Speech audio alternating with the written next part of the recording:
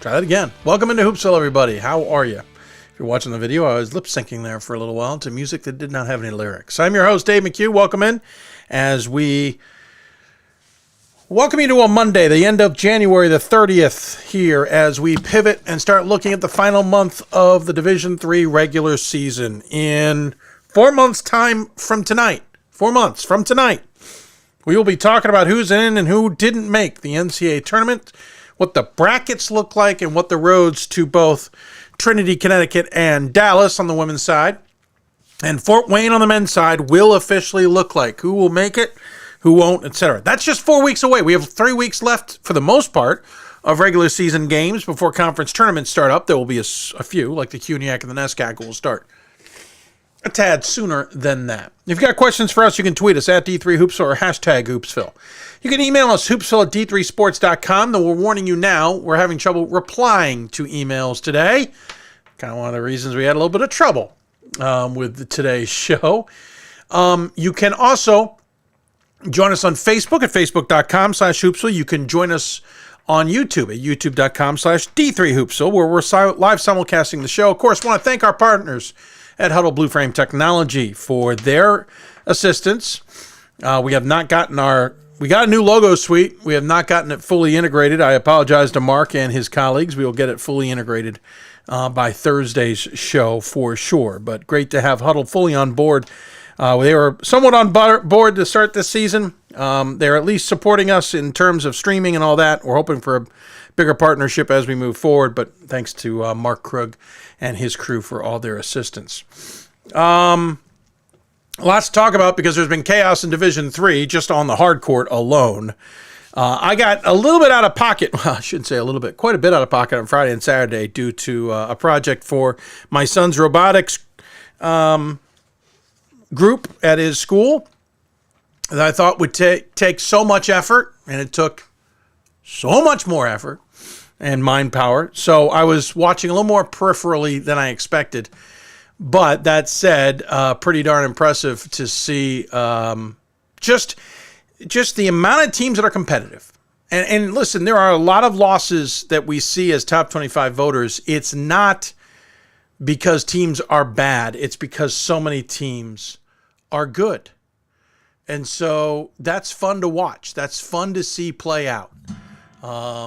And it makes it tough for voting. I'll freely admit today was no walk in the park. I could have dedicated a lot more hours to it. Not sure I would have gotten any different answers. Maybe I would have gotten very different answers. I'm not sure. But that's what's the fun of it. And even happening on the women's side. But before we dive into that, we will in a moment. Let's just talk about today's show. It's a little bit different. Not as many segments with coaches. It's also not how we hoped to have today's show. We'll talk about that in a bit. But for the most part, we will start off with Mark Morefield, the former now head coach of Mary Hardin-Baylor. He will join us in about 10 or so minutes to talk about his firing, why he was let go by Mary Hardin-Baylor, what was going on there. We will also talk about what led up to that. You've seen the video. We'll have the video again. We got the video on Thursday shortly before we hit the air, so I really didn't get a chance to see it, but nothing I heard in it initially was different than what Mark had shared with me, but I've now had time to see it more. So we'll talk with Mark. We'll have a conversation with him. I was going to say it's an exclusive interview, but it turns out Mark did another media opportunity over the weekend, so we are no longer calling it an exclusive in our book. What else? Sorry, I was just looking over and realized I have some info I could throw out. Then we're going to pivot. We were hoping to put a nice panel together of either former administrators, current coach, even some consultants in the coaching world to kind of talk about the larger thing. There's the Albion Benedictine situation. There's the Concordia Chicago situation, and now the Mary Hardin-Baylor that have all evolved not only in the last month or month plus, but in the last year. And so we were going to put this panel together and have a conversation. Well, we could only get the coach. There were a lot of great conversations I had with individuals that couldn't make it on the show A lot of conversations with people who would like to be on the show, but for good reasons could not be, whether it was personal or professional or whatever. We can certainly talk about that a little bit more later. And the consultant one just fell through. So this is not a conversation that will end tonight. It'll only start tonight. So those individuals and those conversations will continue. But Mike Rainiak will join us. He's a former coach at New Paltz, former coach at Vassar, assistant coach, I should say, former assistant coach under Dave Hickson. He's the current manager / coach of the WD3 TBT team. Mike and I had a great conversation. I figured let's bring that to air. So we will talk about that. And we're going to talk about not only should you or should you not use certain language, but how student athletes are approached now and the changes that have evolved over time. But more importantly, how coaches can better themselves and prepare themselves and be aware. And some conversations, I took some notes from some conversations of individuals I talked to. So we'll expand that topic. Then we'll pivot, and Ryan Scott and Bob Quillman come in. Some on Twitter calling them the OGs. Will come in. We'll talk about the craziness that was the top 25. I originally was going to wait and have the top 25 crew come on Thursday, so we didn't kind of double down this week on the topic, but so much took place in the past week, I knew that was impossible. So we'll get Ryan and Bob on the show here tonight. And then Thursday is the marathon. We are working hard despite email snafus and problems to get our guests booked. I would say we've probably got about 2/3 of them booked so far. I've got a few more I need to reach out to, a few more I need to see if they've gotten our email. Some that we've confirmed, for example, Luis McCleary, the Vice President of Division III, will be joining us for what is pretty much the annual State of Division III conversation that we have on the marathon. We've also had a handful of coaches lined up. We'll talk with them. So a couple of former student athletes in Division III we hope to chat with as well. So it's looking like it's going to be a good show to celebrate Division III, and we look forward to having you with us. That will start at noon on Thursday, and we will go at least 8 hours with interview segments and conversations, and then we'll open it up to our happy hour, and we've already got individuals interested in joining us there. So looking forward to having that on Thursday. If you missed last Thursday's show, there was a significant announcement that will repeat. Hoopsville is your exclusive home for the men's and women's top 16s announcement. If you're not familiar with what that is, top 16s are what the men's and women's committee will release after the second week's regional rankings to indicate who are in the best positions now to be a host if everything were equal. Host the NCAA tournament at least the first weekend, and certainly you'll get a sense of who's in good shape to host a second. Understanding that a lot things change, results can change, positioning can change, but it gives a lot of people kind of a sense of what's going on. They were announced on NCAA.com last year, and we had the reactions here on Hoopsville last season. This year it's coming to Hoopsville. We're going to do the whole enchilada. That is February 16th. 7 o'clock Eastern right here on Hoopsville. We're looking forward to that. And I want to thank once again Sarah Quadracki and Megan Wilson for not only coming on the show and chatting with us about that, but to entrust us with that programming. It is certainly nice of them, and we are honored by that, and we hope you'll enjoy our exclusive coverage of that as we do it on the 16th. A couple of show programming notes. Again, this coming Thursday, we'll be on the air at noon. The 9th, the following week, we'll be back on the air at 1 o'clock. That's a Thursday show. I forgot there was one more basketball Thursday for me, so that Thursday the 9th will be a 1 o'clock show as well.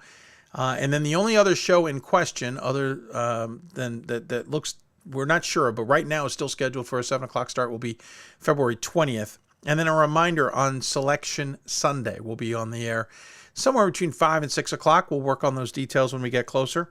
And then we'll do a bracket show 4 weeks from tonight, right here in the Hoopsville studios. I say this very seriously. If you want to sponsor, advertise, partner, invest, whatever, any of our big shows or between now and the rest of the season, please contact us. And we would be happy to talk all about all of that. There have been several who've contacted us and not come through. And then there's some like Huddle where we've finally been able to get our ducks in a row. So please contact us. We'll look forward to having you as a partner. Maybe you just want to be part of one of those big shows. That's fine as well. We'll take however it is. Back to the craziness that was. We'll quickly recap some of this, but we'll talk certainly more extensively later in the show about all of it. On the men's side, quite a few losses. on the Division III side of things. In the top 25, there were, 9? Mount Union lost to John Carroll, something we talked about last week. Of course, Wheaton losing to North Park. Johns Hopkins beat Swarthmore. Of course, that was 12-8, and that was a big win for the Blue Jays, winning at home against Swarthmore, something they had struggled to do in the regular season but seemed to be able to do in the postseason. Williams lost big to Tufts, 71-50. We'll talk to Ryan Scott about that. He was at that game coming up. Oh, I'm sorry, he wasn't at that game, but he got to see Tufts as Tufts and Bates took on Middlebury. He saw Middlebury. Rochester lost to WashU, but then beat Chicago. By the way, Emory beat Chicago, but lost to WashU. Yeah, it's the same thing. They both lost to WashU. They both beat Chicago. They both beat Chicago in overtime. Guilford lost to Hampden Sydney. Big result there. La Crosse lost to Whitewater. That's their 5th loss of the season. Nazareth on Tuesday, we talked about that, losing to St. John Fisher. In the receiving votes category, Worcester lost to Oberlin. That ended a 60-game losing streak by Oberlin. RPI lost to Union and Ithaca this week to take up their 5th and 6th loss. East Texas Baptist now has 5 losses thanks to losses to Mary Hardin, Baylor, and Concordia. Illinois College took its first loss to Cornell. We talked about that on Thursday's show. Roanoke also lost to Hampden Sydney, who had a really good week. Carnegie Mellon lost to NYU but beat Brandeis. Wesleyan lost to Amherst and Hamilton. And Redlands lost to Cal Lutheran. On the women's side, there were also quite a few losses. Chicago lost to Rochester. Babson lost twice to Trinity and then to Springfield. Baldwin Wallace lost to Marietta. Trine lost to Hope. Eau Claire lost to River Falls. Rochester lost to WashU before defeating Chicago. Just crazy weekend in the UAA in men's and women's basketball. Puget Sound lost to Whitman before beating Whitworth handily. Mary Hardin Baylor lost to East Texas Baptist in their first game without Mark Morefield, and then beat Laterno handily. And then Washington Jefferson took their 2nd loss of the season, losing to St. Vincent. In the receiving category, Emory women did not fare as well as the men. They lost to Chicago and WashU. Tufts lost to Smith earlier in the week before avenging those against Williams and Middlebury. And Springfield lost to MIT before beating Babson, the number 9 team in the country. So lots of chaos, as we literally called it. In Division III. Absolutely craziness, and it's fun to watch. It's not bad because there are so many good teams. There are just so many good teams. We'll talk more about that with Ryan Scott and Bob Quillman later in the program. So there you go. It's a little bit of a different show, a little bit of a different feel to it. We're just going to have the one long conversation with Mark Morefield. We'll then have a conversation with Mike Rainiak. Maybe someone comes along here at the last minute and joins us to be part of that. We'll see. Maybe some calls will finally come to fruition, as it were. And then, as I mentioned, we'll have Bob Quillman and Ryan Scott on the show. But again, Thursday, we're going to go all in. We're going to have at least 9 hours of coverage, talk to maybe about 20 some odd guests, not talking about the happy hour, and certainly some other things. So, please join us then. We would love to have you. That'll start at noon. It has been traditionally a fundraising show until last year's show was the first one we did not. If we can get our ducks in a row and everything works out, we hopefully will have some type of platform to set up again for that. Real challenge with that for those who like to donate to our cause is the simple fact that a lot of programs out there take a good percentage off the top. So I'm looking into some more simpler things like either Venmo or PayPal or something like that. And we'll set something up at least to work our way towards that because we know a number of you have asked about how you can help with our programming. And I'll be honest, a little bit of help goes a really long way. We'll talk more about that on Hoopsville.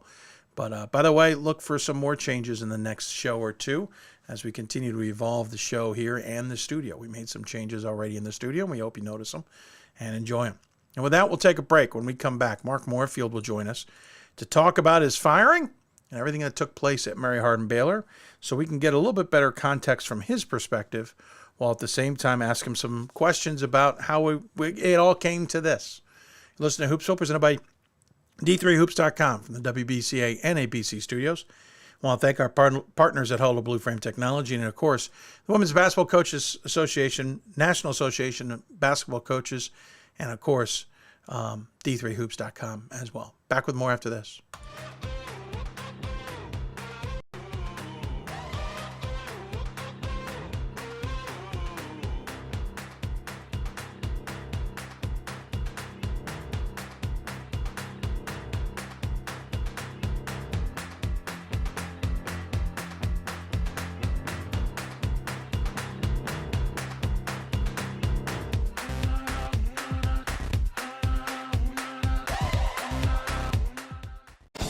These are your teams, your players, your community of fans.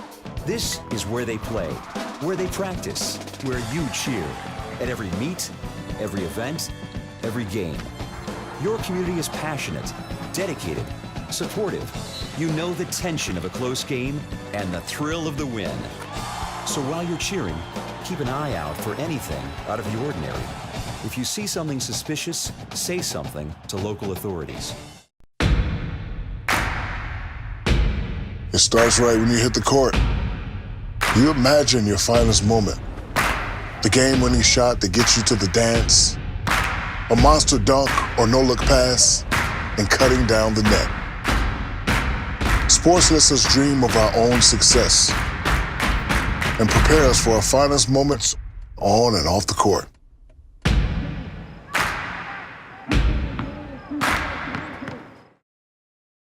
We've got more schools than Division I, more fans than Division II, and more upsets than March Madness.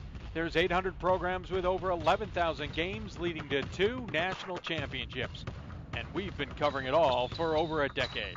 From Eastern to Occidental, from Puget Sound to Piedmont, from Southwestern to the University of New England, and from Hope to Calvin. Nobody covers Division III basketball like we do. We're at d3hoops.com at www.d3hoops.com. It's on us to stop sexual assault. In any way that we can. To get a friend home safe. To never blame the victim. It's on us. To stand up. To make our community safe for all. It's on us. It's on us to look out for each other at parties. It's on us. To be more than just a bystander. To step up and say something. It's on us. All of us. To stop sexual assault. Learn how and take the pledge at itsonus.org.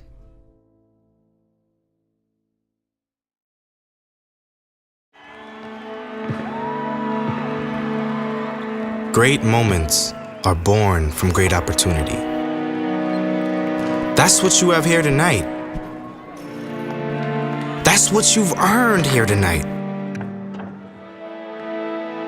This is your time.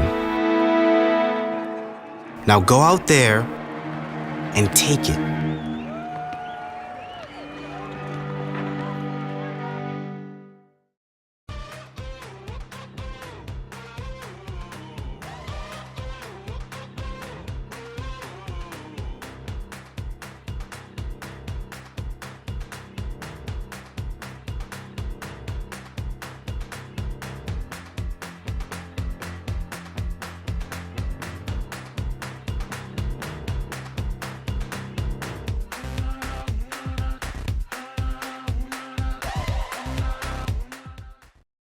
It's on us to stop sexual assault. In any way that we can.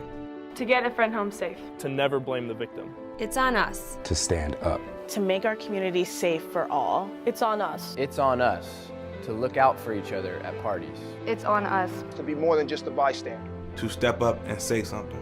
It's on us. All of us. To stop sexual assault. Learn how and take the pledge at itsonus.org.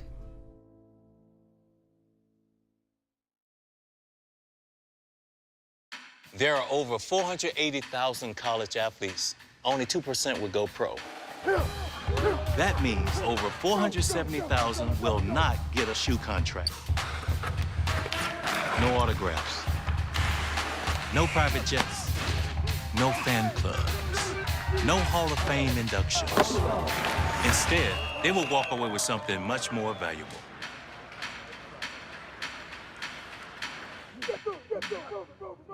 We've got more schools than Division I, more fans than Division II, and more upsets than March Madness.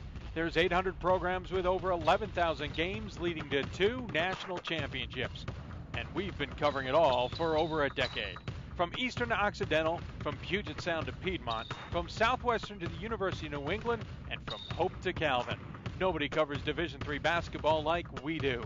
We're at d3hoops.com at www.d3hoops.com.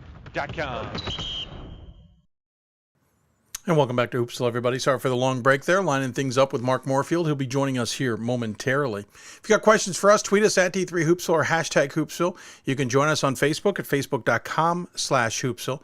You can also join us on Twitter, twitter.com/D3Hoopsville. We're live simulcasting the show as well. You can join us there at, brain furry. Live simulcasting on Facebook at facebook.com/Hoopsville and on YouTube at youtube.com/D3Hoopsville. We'll try to monitor the chat rooms there if we can. Of course, you can email us, hoopsville@d3sports.com as well. We'll continue to monitor the email on that. All right, so the Mark Morefield situation broke last week. We tried to actually tried to have Mark on the show Thursday. It fell through. And the video of the situation, which I had been given plenty of information about, really it kind of dropped on social media shortly before we went on the air with what was a 1 o'clock show that day. We tried to play that video and audio for you that day. It was unable to be heard very well because we were kind of moving last minute to get it all taken care of and broadcast, and it didn't work very well. And anyway, my point being is we now have things a little more buttoned up. Mark will be here in a moment, but I wanted to play at least the video in question. This dates back to November 10th, by the way. That is just a couple days after the season officially started, but I believe for Mary Hardin Baylor, they were still in preseason. They had not started their season. Their men's team, for example, was on the West Coast playing a couple of SCIAC teams, but the women had not started. So this is what happened. Warning, we have not removed the language from here because I think it's relevant. If we had bleeped it out, I don't think it would have been as helpful. So if you do have some sensitive ears in the area, please be aware of that, or if you're in an area not to have it be heard. And this is for those who may not have heard it yet. We're not trying to sensationalize it in any way, but we do realize there's some who don't understand the video context in question. So here it is, just to lay the groundwork for where we begin.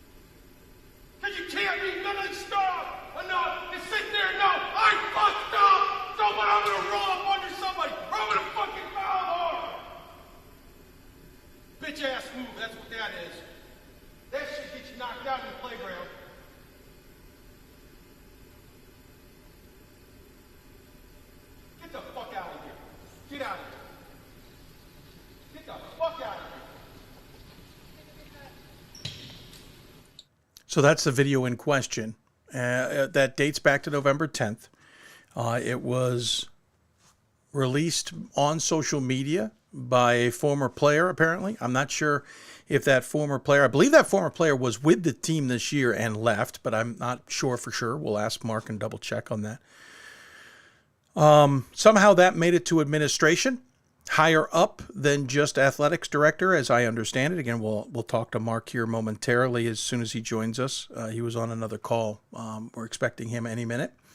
And that's where it went from there. Now, Mark had another interview with Jason Whitlock over the weekend that I did get a chance to listen to before this show started. We will link to it in our show page after the show, as we haven't done so yet.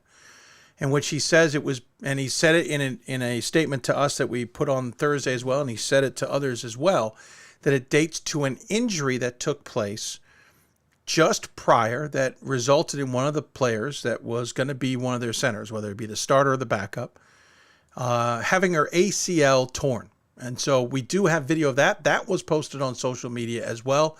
And you can see that here. There's no audio here because it's irrelevant. So I'll play that for you. And there you see the injury, unfortunately, to that player. Certainly an unfortunate situation, and we feel for her for sure. And Mark told us that he got very emotional regarding that, got very frustrated at the team for what he thought was not the best practice and what they were trying to accomplish, and he lashed out. He admits he lashed out. He admits that was a mistake. But there's more to it, and we're trying to get that understanding. That's why we're waiting for Mark to join us here. He told us via text he'd be with us any minute. And so we are waiting patiently for him to join us. We have Zoom ready to go, and he'll join us momentarily. At that point, we can certainly learn more from him. And by the way, if for some reason this falls through, I'll share with you what I have been able to learn. But I want to talk to Mark first so that we can get it from him and understand why he felt he was fired for that. Now, remember, Mary Hardin-Baylor is a Christian institution. They certainly have a different, I would say, threshold for when it comes to behavior. And that's not an excuse or an exception of behavior for anywhere. There is certainly a healthy debate about whether the language in question, the tact is what I want to make sure I'm saying there, tact, T-A-C-T, is appropriate. And that's, I think, in many ways become an eye of the beholder type thing. Whether you understand that you've been through your fair share of practices where coaches have been like that, I certainly have. And whether you think that's okay because it's not attacking anyone in particular, it's more frustration about the team, there is that point of view. There's also the point of view that no longer is tolerable or allowable on any campus or with any coach. I'm waiting to hear from Mark first. And as we continue to sit here and wait, the more I'm hoping he's not going to be surprising us by not arriving here. I say that a little tongue-in-cheek, but admittedly, Mark coming on the show is something we appreciated and respected. The fact that he was willing to come on and discuss things with us, and we hope that will remain, and so we will wait with you. If you have questions about it, you're welcome to email us or text us or tweet us, I should say, etc., to talk about this situation. And again, reminder coming up, Mike Rainiak will join us, former coach himself of college. He now coaches the TBT team. We are D3. We'll talk to him about this. Again, we were trying to get some admins and some others, a panel put together to talk about the complexities of coaching. I think some people thought I know there were some, and I admittedly stayed off Twitter quite a bit, mainly because I was so darn busy this weekend. But there were some, I think, misunderstood my questions to some coaches last week. I was asking the difficulty of how much coaching has changed. That's not a negative thing. I'm seriously asking, how much has that been a focus? How much has that been something that you've had to be keenly aware of, is how much coaching has changed, how much tolerable, what's not tolerable, what is relatable, what isn't relatable. How and when Mike comes on, I've got a great quote. I'm going to paraphrase because I don't want to steal the quote directly from one of the individuals I talked to about some of those changes, because I think it has to be understood that a lot has changed in coaching, and it's not always cut and dry anymore. What I experienced when I played in high school and what I experienced when I played in college is very different than what is tolerable now. And admittedly, I had a coach or two that was absolutely out of line back in the 90s. Without sharing too much information, my son went through a situation just this past spring where his coach's behavior was beyond intolerable. He was saying things, to be honest, worse than what you heard from Mark Morefield. And I bit my tongue because I didn't want to be that dad. I didn't want to be that parent. But arguably, it might have ruined my son's experience in the sport of lacrosse. It's the second bad coach he had. The first one was just not a good coach. Didn't understand how to teach the game. That is what it is. This one, on the other hand, was different and also wasn't fair to him. Teach him one thing. He goes and does that in a game and tells him he did it wrong when he actually did it right, but he wanted him to do something different. It became very confusing for Andy. It has changed quite a bit. And so, again, was hoping Mark would be here. He has not shown up yet. I'm going to, if you bear with me here, hopefully he'll be here. Just going to text him real quick. And that's what the panel was supposed to be. And I'll be honest, today, talking to Mike Rainiak, we're not going to figure everything out. This will not be the only conversation we have about it. We will have further conversations about it. We are going to get those individuals we are hoping to get on the show and talk a little bit more in depth about these things and try and best understand how coaches can be better even when they're really good. That's the thing, is it's about evolving. It's about development. It's about learning your craft. I don't think there's a single coach I've ever talked to who thinks they've figured it out. And the evolution of interacting with students will always change. The interaction with parents will always change. The interaction with administration will always change. Heck, administration to administration changes, and that can be very challenging for coaches. So that's a topic that's worth talking about. Because listen, this isn't just a Mark Morefield thing.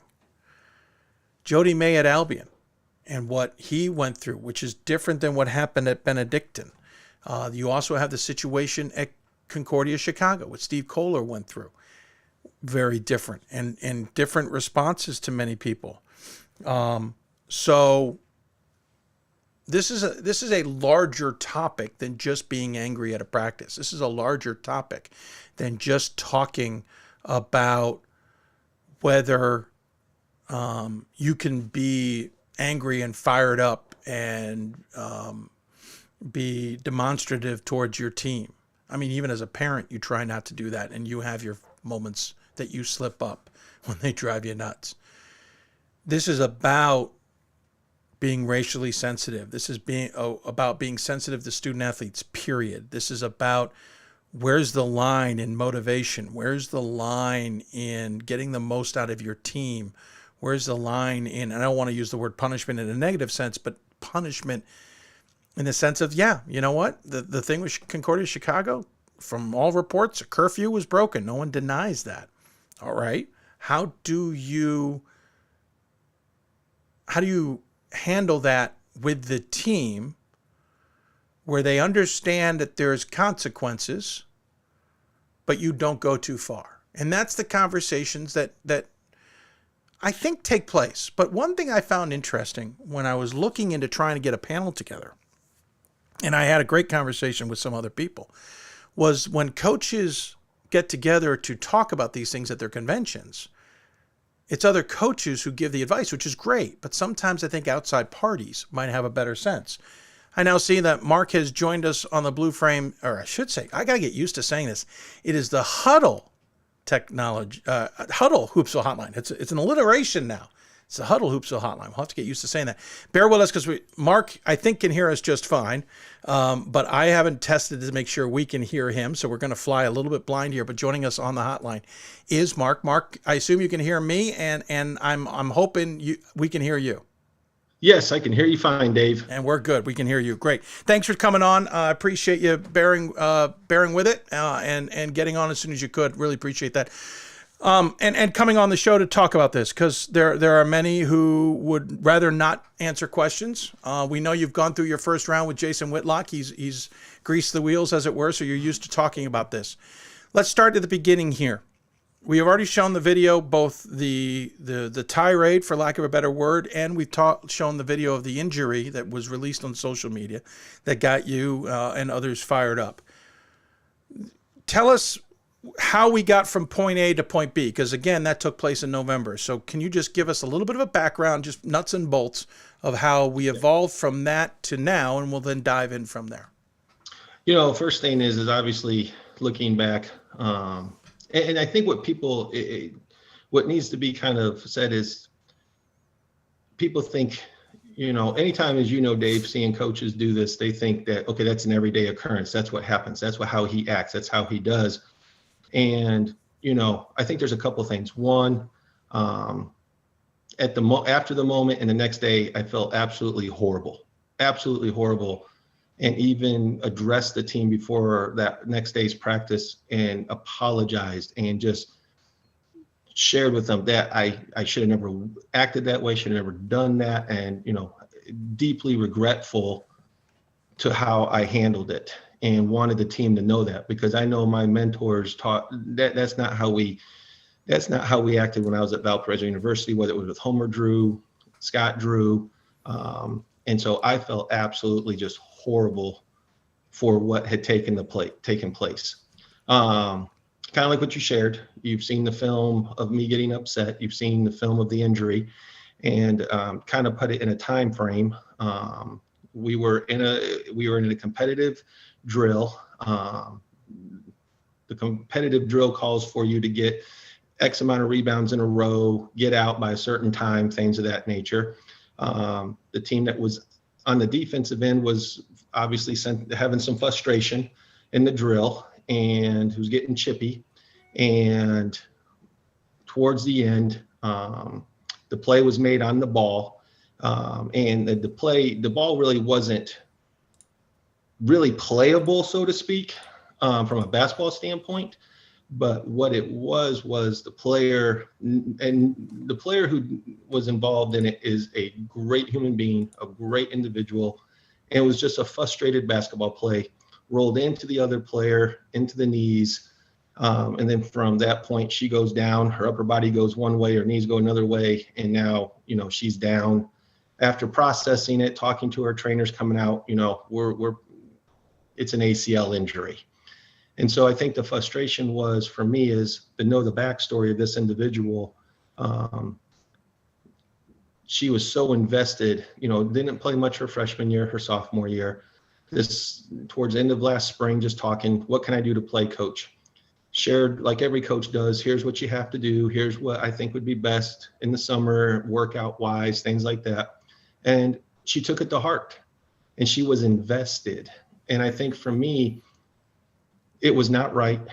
I should have controlled my emotions a lot better. I should have probably stepped away from the moment and just cleared practice and said, okay, we're done for the day. But knowing how invested she was, and we're all invested in our players, but then those players that take what you're saying, how to get better, and how much she was invested and how much she bought into it. And I was invested into her as a player getting better because she wanted to get better. I was hurting. My hurt then turned into anger. And then from that point, that's where when we huddled up the team after we got her off the floor, my emotions got the better of me.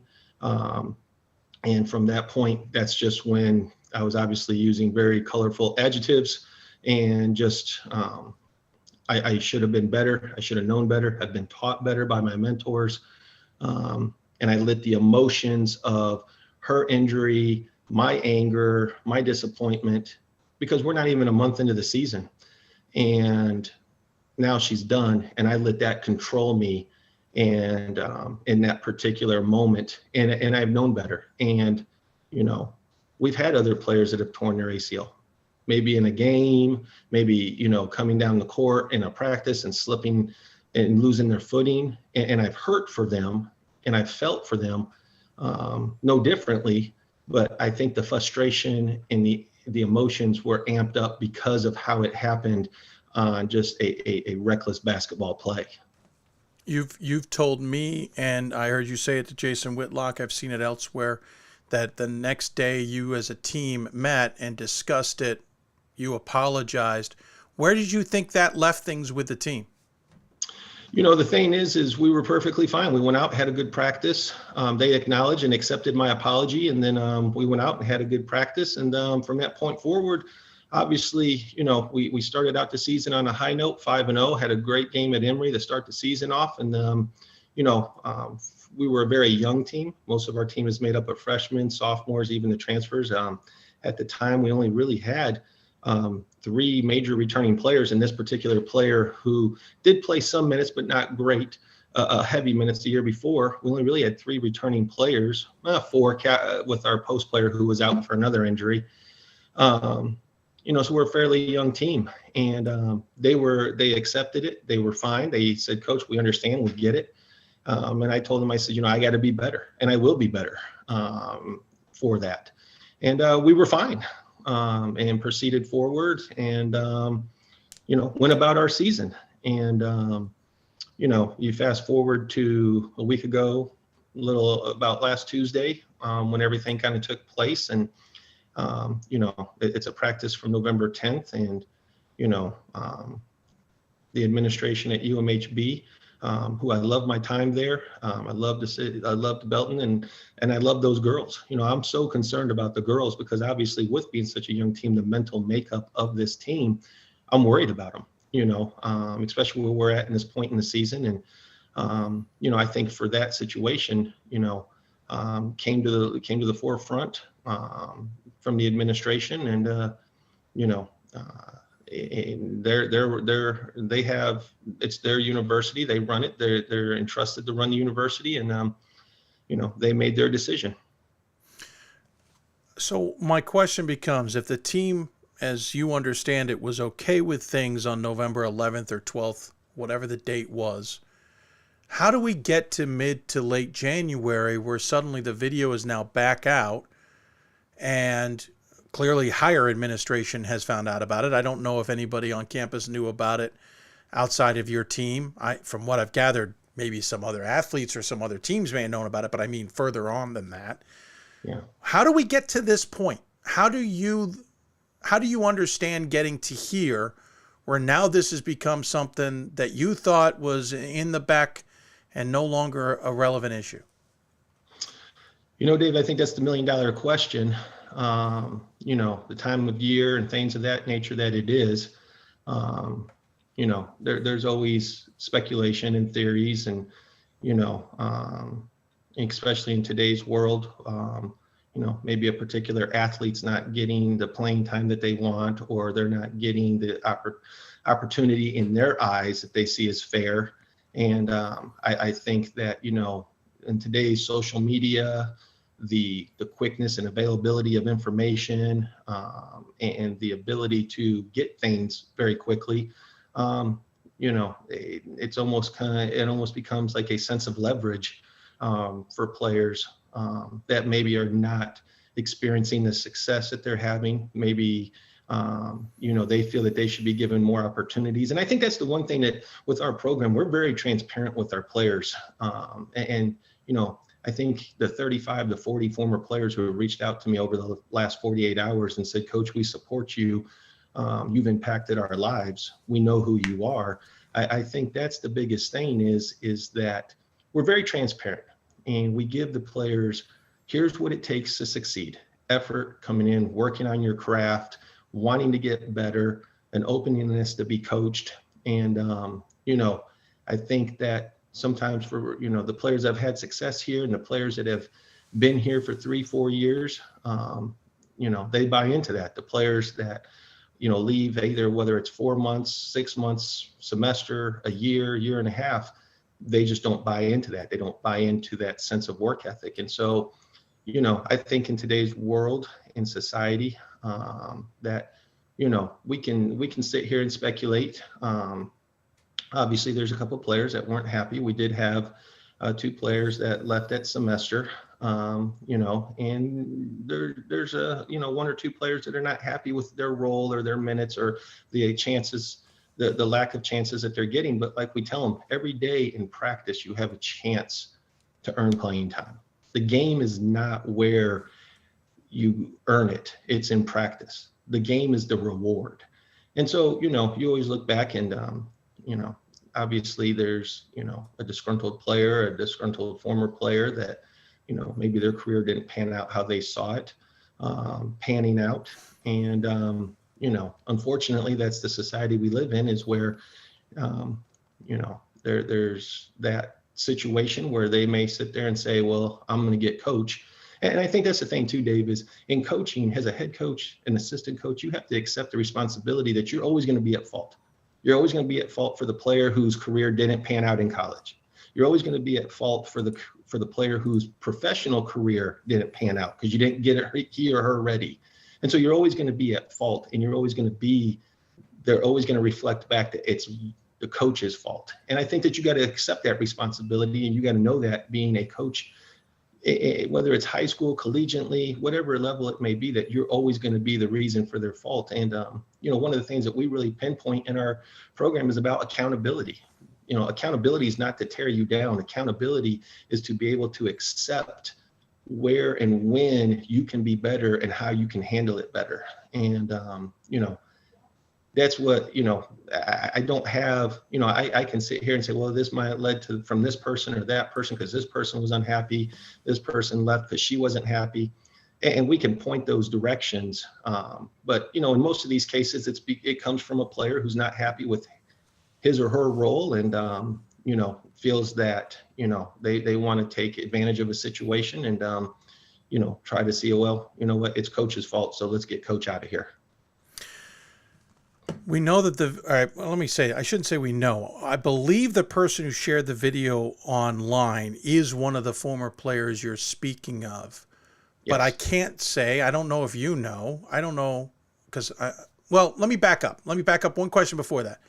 What did administration tell you when they terminated you about that video, about what happened in that video, and their thoughts on it? We'll get to the rest of it in a minute, but let's start there. What did the administration say to you? The biggest thing that was relayed to me in our meeting was this is just egregious behavior and egregious language and just not acceptable. And that's what was shared with me. And then at that point in the meeting just was shared that we're going to separate from our employee contract from you and then the University of Mary Hardin Baylor. Did they indicate who made the complaint? They did not. Okay. I wasn't suspecting they would, but I figured I'd ask. All right, so that pivots. The person who put it out, I believe she stated she's a former player. She's also shared a comment from a former player. Obviously, they were disgruntled. I don't know because, to be fair, sometimes Twitter names don't line up with reality names. I can't figure, I don't want to say for sure I know who those individuals are or where they timed out. But as you understand it, are they involved or they just happen to be part of, let me phrase that. Are they part of what went to administration? Or are they just part of, hey, this is why we think he got fired and we were upset too? Yeah, I think there's a couple things. I think, one, I don't think they're a part of it. I think given that it's a practice film and how we control our huddle, they would not have access to the practice film because obviously when someone leaves the program or graduates, we take them off of that accessibility. I do believe it's somebody that was in or currently in the program that shared it. And then I think from that point, obviously, may have shared it with her or not really sure how she got it. I think we all kind of scratch our head that how did she get it and so forth. But I do firmly believe that it was someone that's been on the team this year, whether it's, currently on the team right now or may have left at semester. Let me ask a little bit of a tough question. I know we kind of discussed this a little bit off air, but that individual states that this was a common occurrence. She shared with a statement from someone else. We don't know who. She never indicated who it was, and it didn't say in the statement that it was a common occurrence as well. That your passion, your fiery statements, etc., were more than just a one-off. And to be honest, I've watched a number of Mary Hardin Baylor games. I know you are animated on the sidelines, and I've been told by many of people that you have your moments on the sideline too of colorful language and such. So I'm trying to balance and I'm trying to best understand what's the difference between what happened in November and what others are saying was more of a common occurrence. Where are we with those two things? Yeah, I think the thing is I think you kind of, as an individual, and I know, as you know, Dave, no one in the social media world or in the public eye are going to really dig down and do research. They're going to see what they see immediately, who, oh, that's horrible. I think what needs to, I think when you look at it is you look at some of these former players and, we're talking about the individual who did it and and obviously we're not really sure. I'm not really sure who the person is with the letter. I do know that this individual had tried to reach out to other former players and she was told, we're not going to participate in this. So she was trying to obviously drum up some other former players to try to piggyback on this. And, it's been relayed to me by other former players that, Coach, we support you and we're not going to participate in this because we know who you are. I think what happens is when you have players that careers don't pan out, they think that they have come here and they think, and as you know this, Dave, a lot of people think, well, you know what, it's Division III. I should be able to play right away. And they don't understand the competitive nature and the level of basketball that Division III is, and it's very good basketball. And I think the biggest thing is anytime that a player comes and their career doesn't pan out in their eyes, don't maybe buy into the culture of what we're trying to establish, which is a strong work ethic, to come in every day, compete at a high level, treat everybody with respect your teammates, have each other's back. And when those things don't pan out, I think the axe to grind is with the coach. And so anytime that they can piggyback on something to kind of express their frustration, but then to not have the accountability for what they didn't do, it's easier for them to, hey, let's dogpile on the coach who's going through this, instead of really stepping back and saying, let's have a sense of accountability here, and here's why my career did not pan out.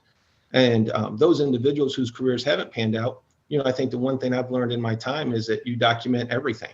And, those meetings have come and gone, and, I've documented those meetings, and, they know for what reasons their careers have not panned out. And most of them, to be honest with you, Dave, have quit on their own. And it's not because, oh, coach, you're a tyrant, you're an evil man, and, I can't handle this. It always comes back to playing time. It comes back to, I'm not given a fair opportunity. I'm not given a fair chance. But yet every day we tell our team, practice is like a tryout. And what we mean by that is every day you have the opportunity to gain minutes to play in the game. And, you go back to those meetings of those individuals that, their careers have not panned out and was a short period of time. It always circles back to playing time, whether losing minutes, whether not getting minutes, but it always comes back to playing time. And that's what I find, and not that, and we tell our girls, don't get into Twitter wars. You're not going to win a Twitter war. You're not going to win a social media war. But what you need to do is that, it's the unfortunate part of social media, because the other side won't be told and the other side won't be shared. But again, those individuals that have an axe to grind, it always comes back to playing time, and it always comes back to, it's not that they weren't treated fair or there's a mental abuse or anything like that. It always comes back to, I wasn't given the playing time that I feel I should have deserved. And certainly I've talked to a number of coaches over the years, and that's a common refrain and a common conversational point, that you do face players who maybe don't understand the landscape as well, or you're trying to give them that education. But back to part of that question, I've seen you on the sidelines. Others I have talked to have been in your presence, and that fiery emotion is there in the middle of games. I'm trying to help understand, where's the difference between what we've seen in November, because I can see where people might put that together and say, you know what, this isn't a one-off. It's a common thing. This is taking place. And if I'm seeing it on the basketball court, and now I've seen it at a practice that's over the top, maybe what I'm seeing from a couple of players is true. It is happening more often. How do we come to grips with that unclarity? Yeah, that's a great question, Dave. And I think the biggest thing is on the sidelines. And we've had people that come to practice regularly that have seen practice. On the sidelines, you're always being watched. That people are watching. And I think the biggest difference is what you see on the film and what you see on the sidelines. Yes, I coach with passion because I have a passion for the game and passion for the players. But I think what you see is there's not that sense of colorful language. Yes, I may get upset at a player and say, you got to be better at this, or we got to do this. But I also think on the flip side, you see me on the side teaching them and showing them exactly what we got to adjust. I think that also on the same token is that there's a difference between coaching with a passion and then coaching with too much colorful language. And, in the games, and, we have people that sit behind us at UMHB. My son sits with me on the bench, things of that nature, sometimes from time to time. I do coach with a sense of passion. But obviously what you see in the video at practice is, obviously I don't coach with that colorful language. Yes. Do I get upset? Yes, I do get upset. Do I get upset at players and get on them? Yes. When they've made a mistake. But I think what you're looking at, there's a difference in the fact that the colorful language and the colorful adjectives that were used in the practice, that's not what you see in the game and describing it to the players. And I think it's the thing is we've had former players that say, Coach, you know what? We like it that you're passionate about the game of basketball and passionate about us being the best that we can. But I think that's where the difference is obviously I don't coach like what you saw on the practice film in the games or on a daily basis in practice. And we have several people that come, whether it was, the individual who does our streaming, whether it's an individual who's a couple individuals that are fans of the program, friends that may stop by. And so our practices are always open, given the fact as well, too, that there's always, you never know when there's going to be an admissions tour coming in. Given the fact that you don't know, I've shared with faculty, they're like, Coach, can we walk the track during practice? And I'll tell them, yeah, sure. We're not hiding anything in here, and so our practices are open and the doors are open. And we have, there's times that faculty and staff are walking on the track above, friends coming through, individuals who like practice. And it's not one of those things where it's like, okay, you can only come on Wednesdays and then Monday, Tuesday, Thursday, and Friday, we're just going, crazy on them. It's always open. It's always constantly open.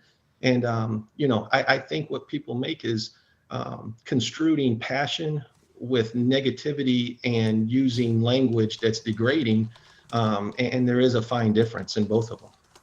Your roster is significant in terms of numbers, 25, 30 players.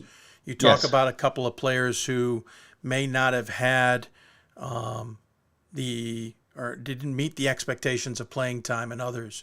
I'm genuinely curious. Is that maybe a little bit of a role of recruiting that, and I ask this genuinely because I've seen this in a lot of places, that you've got so many players on that roster that it's almost impossible to get the experience as a student athlete that maybe they're looking for. I'm not talking about an Amherst scenario where they've got 8 to 10, but is 25 to 30 almost begging for a problem?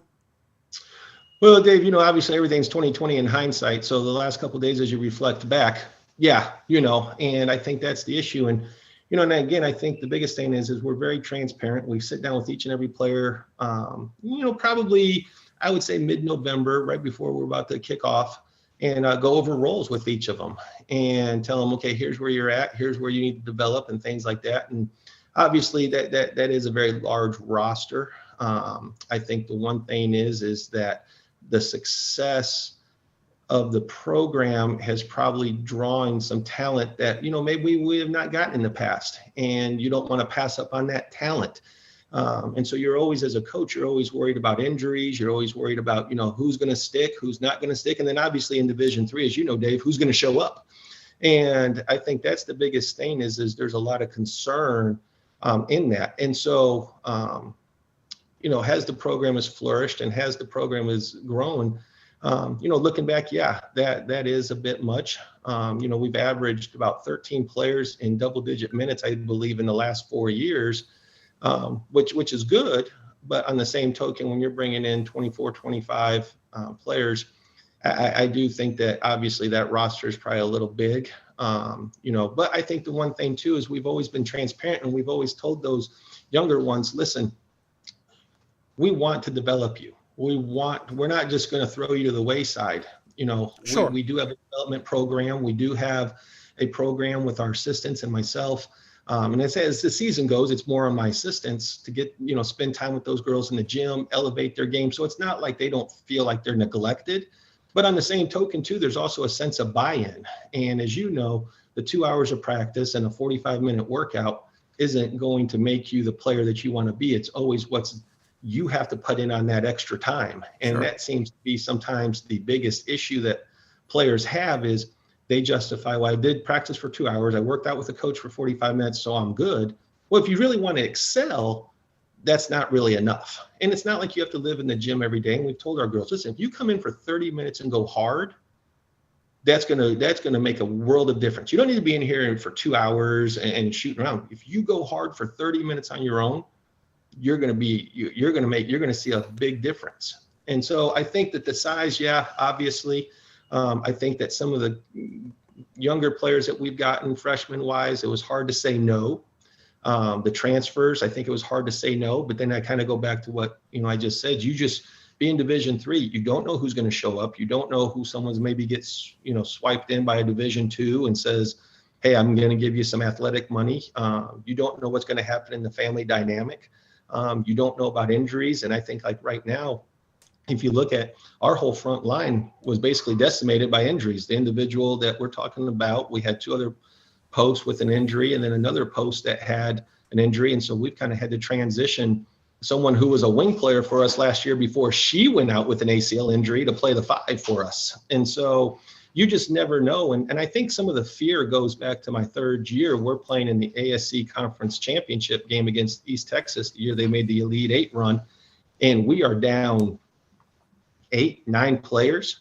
And, we've had to kind of shift things around. We've kind of had to recreate what we're doing offensively and defensively. And, I just kind of took it on as a coach of, I would rather have depth and have the next man up mentality than spend the last 2 weeks of conference trying to recreate what we're doing because we've been hit by injuries.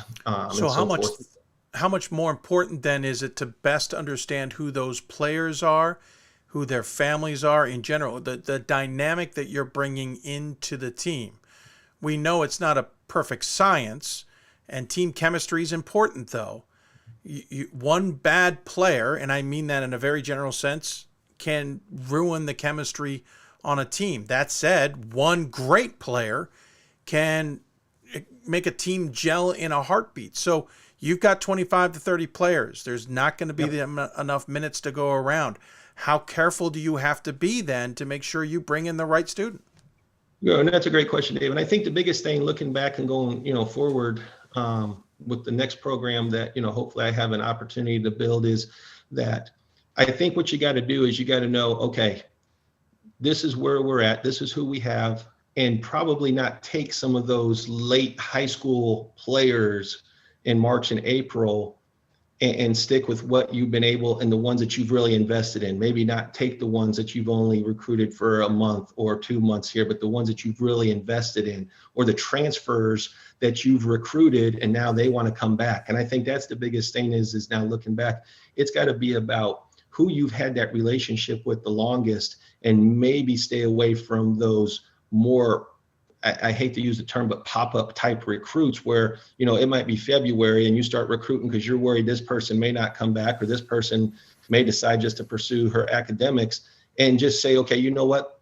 Transfers are a different story for the spring because that's when it most happens. Our high school stuff, and we've been fortunate. We've gotten most girls committed that we wanted in high school the fall of their senior year. And just cut it off at that and say, okay, these are the girls we've invested in. These are the girls that we know, and leave the spring open for any type of transfers that we may have recruited previously. And that particular situation has not worked out for them. And now they want to come back and look at that university. And so I think that's the biggest thing, going forward. That's kind of the formula and the approach, because I think it's always the ones that you kind of take on late that are the ones, especially the high school ones, and that you didn't really have that time to formulate that relationship with and really get to know, that kind of are the ones that could kind of be the ones that are unhappy because you've already established that relationship with the ones and spent your time on the ones that committed in the fall. And it's those late high school ones that sometimes that you haven't had that opportunity to do, or even those late transfers that you may have not recruited out of high school, that kind of come back and always are the ones looking back that kind of, okay, they're the ones that aren't the happy ones. I'm curious if this had been, I ask this genuinely, if this had been a men's team or even a less religious orientated university, do you think you still would have been fired for what happened in that November meeting, and or someone bringing it to light to the administration? It's a good question, Dave.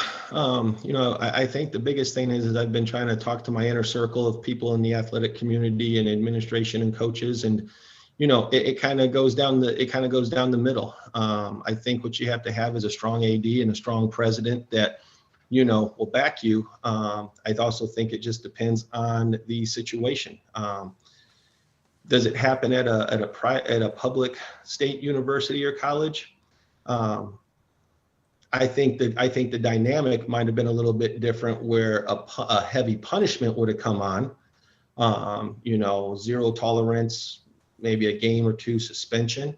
But I've also heard from some other individuals that I'm close with that are within the private college or university sector, and they're like, well, if it got brought to the attention, probably a firm punishment. Doesn't help that it was on Twitter. And so it's kind of hard, because it's kind of down the middle a little bit. And I think it just comes down to the individual and stuff. I've had some other athletic administrators that are in private universities and colleges and said, hey, you know what?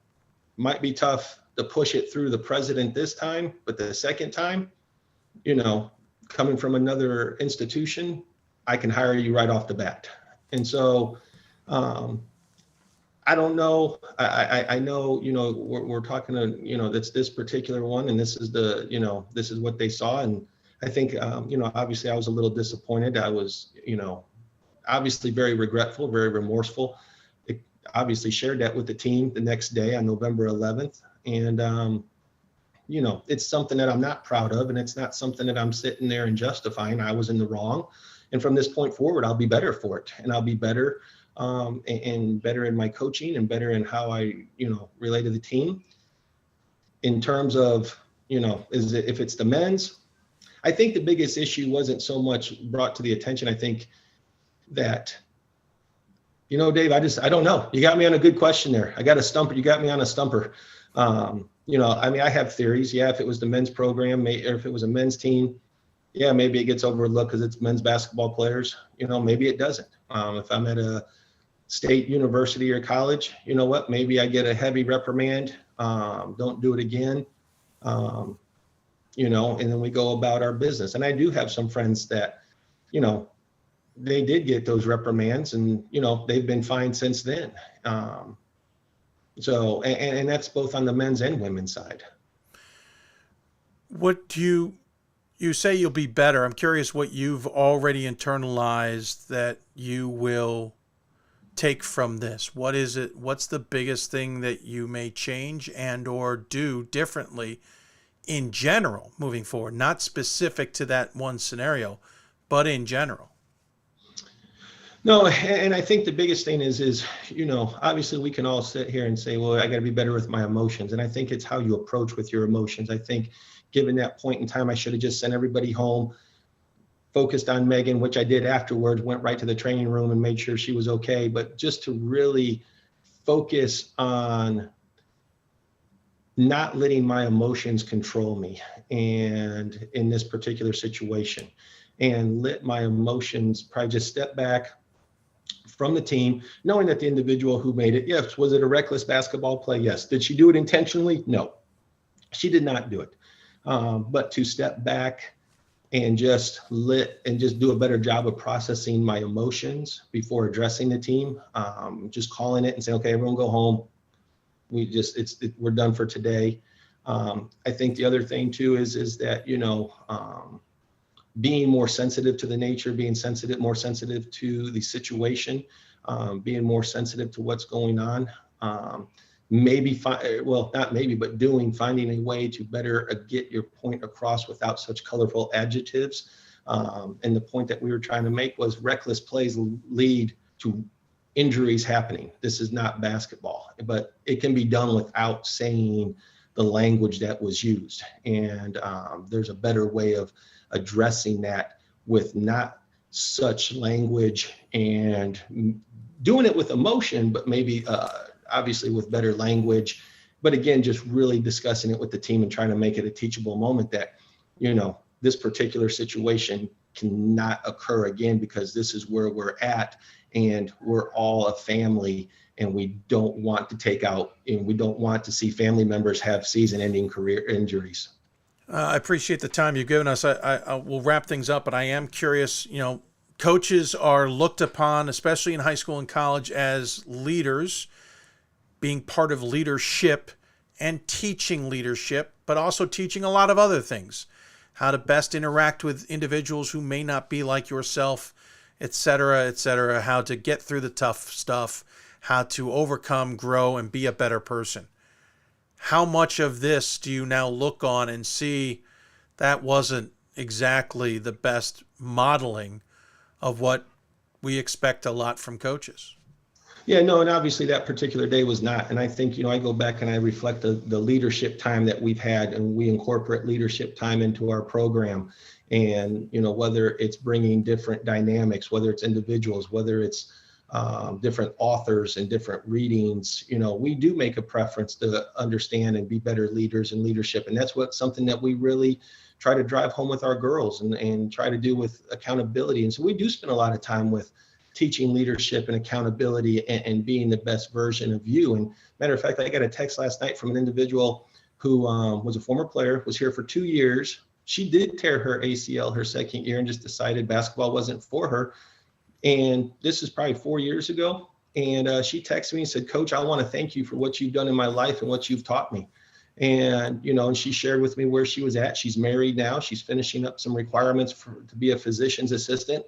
And yet here's an individual who reached out, played for me for 2 years, tore her ACL midway through the season, and didn't play major minutes, wasn't a major player, but sent a text out and saying, "Thank you for everything you've done and everything you've taught me." So I feel that, in general, our approach has been solid.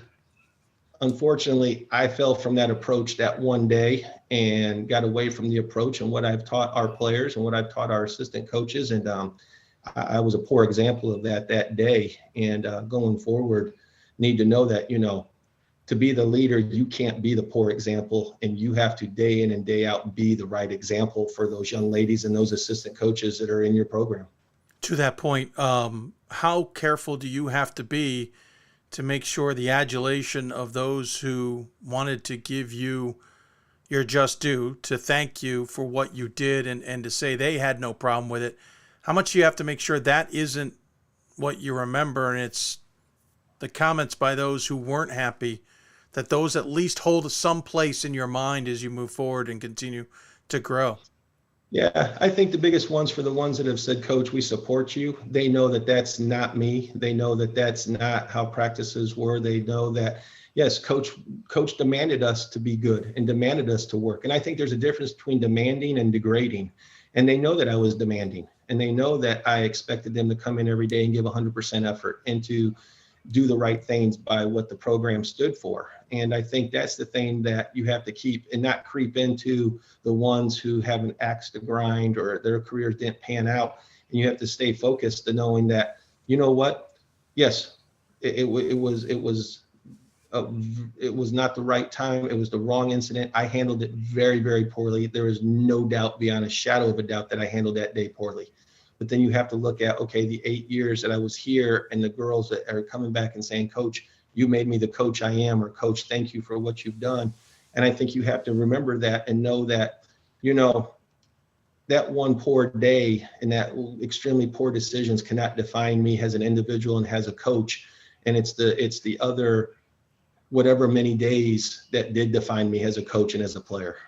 Certainly. I don't disagree with that. I just was curious the balance, and I certainly appreciate the answer. Well, yeah, obviously you learn about it, and I think what you got to do is you got to take it with a grain of salt for those that are kind of on the opposite side, and where their careers were, and those discussions that happened with me and my two assistants with those players. Obviously, those discussions will not come to light in Twitter, and they're not going to. But I think what you got to do is, I think more or less what you have to balance is what the players have supported, but also be better and learn from that day. And I think that's where the balance comes in is, okay, this will not happen again. I'm going to be better, and I'm not going to let this day happen again down the road or in my next program or my next stop. I'm not going to let that happen. And I think that's where the balance is, because obviously you take more worth from learning from that experience, but also what the former players have said. And that's how you balance it. You don't want to sit there and say, okay, yeah, you know what, you're right. You want to take ownership in it. I was wrong. I was regretful, obviously remorseful, and share that with the team. But I want to make sure that I'm better as a coach moving forward from that day, but really don't let the noise of the players who maybe didn't have the careers that they had, don't let that creep in. I think it's better to take and learn from the situation and be better from that than what they're saying. Well, I appreciate the time. I appreciate you coming on and answering our questions and helping us understand the landscape a little bit more. And I know you're hoping you can return to coaching in some capacity in the future, wherever that may be. In the meantime, as you know, we always give the guests the final word. Any final thoughts you want to share with those who may be tuned in? Well, I really appreciate Dave having me on and giving me this opportunity. And I think the biggest thing is that, obviously it was not my finest hour, not my finest time as a coach. And, I feel for those young ladies right now, and it's a great group of young ladies. I love them like my daughters, and obviously very regretful and remorseful for them going through this. And, obviously very remorseful for how I handled the situation that day in November 10th. And, we're looking forward to improve, be better, and to have an opportunity, hopefully, to build another strong program. Well, again, thanks for the time, Mark. Good luck moving forward. We'll be interested to see where this leads in general. We're certainly wishing your former team well as they move forward. And thanks for the time. I appreciate it. Really do. Thanks a lot, Dave. Absolutely. Mark Morefield joining us on the Huddle Hoopsville hotline. We got to get our graphics changed on that. Again, I do genuinely thank Mark for coming on the show and taking the time to join us. We're going to take a quick break. When we come back, some thoughts on what he had to say on some other things. We'll eventually be joined by Mike Rainiak, and then we will pivot and talk men's basketball with Bob Quillman and Ryan Scott. I'm sure they'll have some thoughts to share here. I know both have tweeted some thoughts already. We're running a little bit behind because Mark was a little late and the conversation went a little longer than I expected it to. But we'll take a break here, come back. I'll share you some of my thoughts on that. We'll get Mike Rainiak to join us, and then we'll pivot and talk to Bob Quillman and Ryan Scott as well. You're listening to Hoopsville, presented by D3Hoops.com from the WBCA and ABC studios. More after this. Coach of the Year, Administrator of the Year, All-America Team, Wade Trophy. The WBCA doesn't just honor coaches, but players, administrators, and much more. The WBCA strives to honor those who have contributed to the advancement of women's basketball. Celebrate the present, honor the past, look to the future.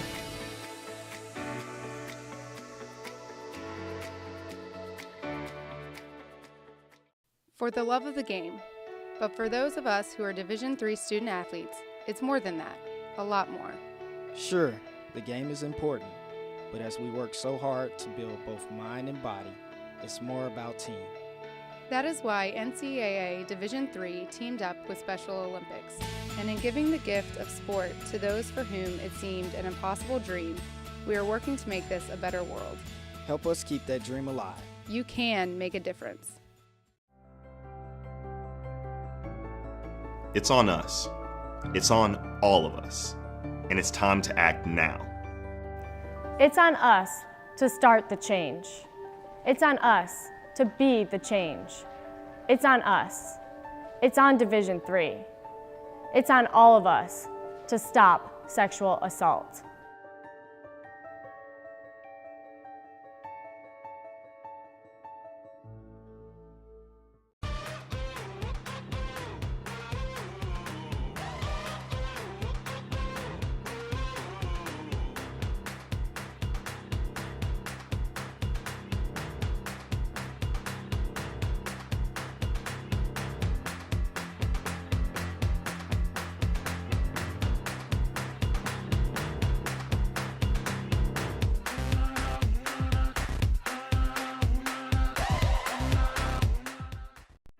I learned a lot of valuable lessons playing college football.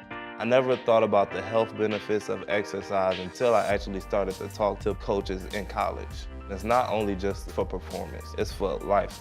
My coaches instilled the importance of well-being, not only building up strength, mental health, getting enough sleep, eating properly is all what it is to be healthy. I decided that I want to go into personal trainer and share my knowledge that I obtained in college about physical and mental well-being. These are your teams, your players, your community of fans. This is where they play, where they practice, where you cheer. At every meet, every event, every game. Your community is passionate, dedicated, supportive. You know the tension of a close game and the thrill of the win. So while you're cheering, keep an eye out for anything out of the ordinary. If you see something suspicious, say something to local authorities.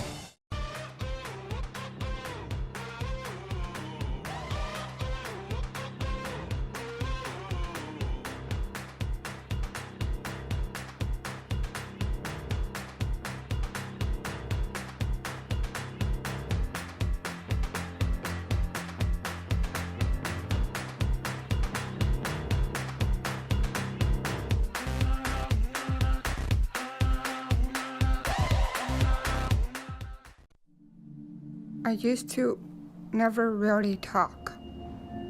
Ever. I was afraid if I said something wrong, everyone would laugh at me. But then I started to play golf with Special Olympics. It helped me to find my voice.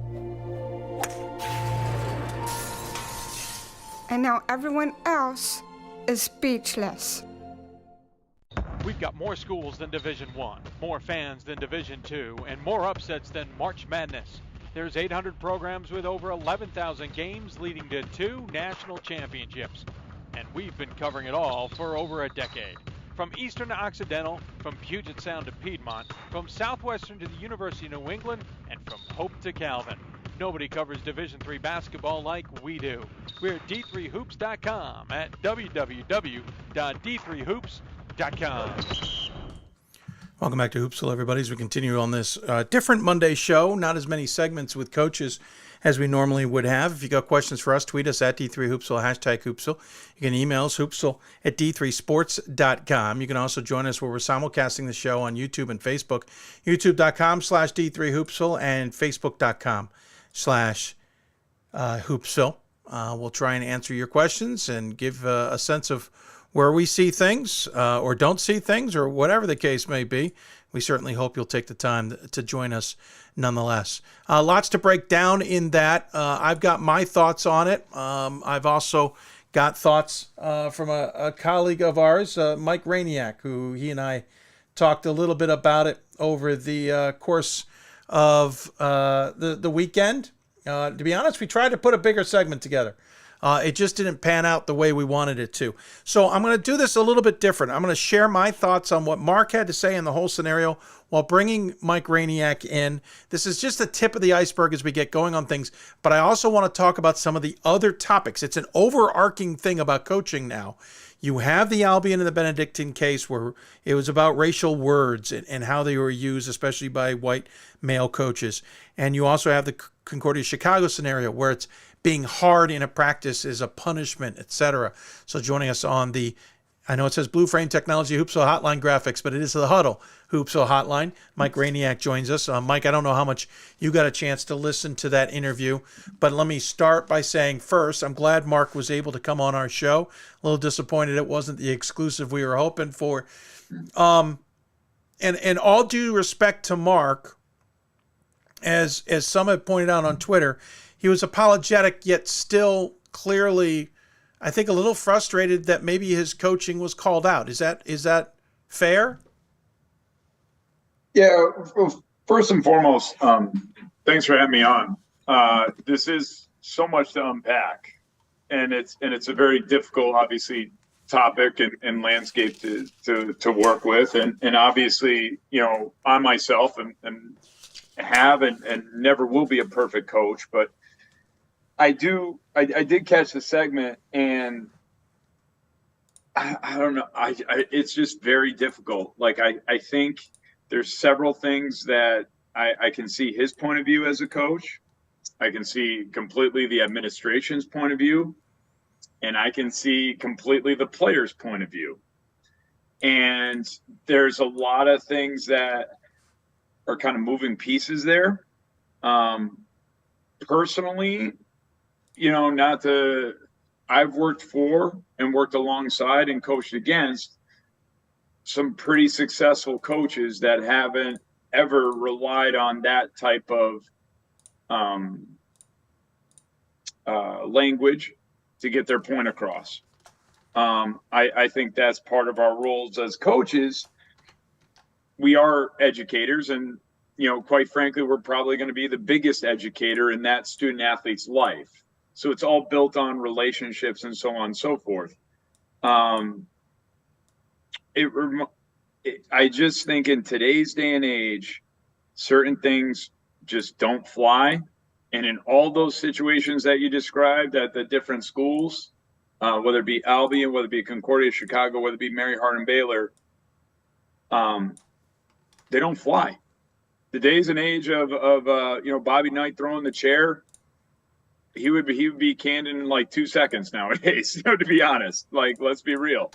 And I think like that's part of our evolution as a society, evolution as coaches, evolutions as educators.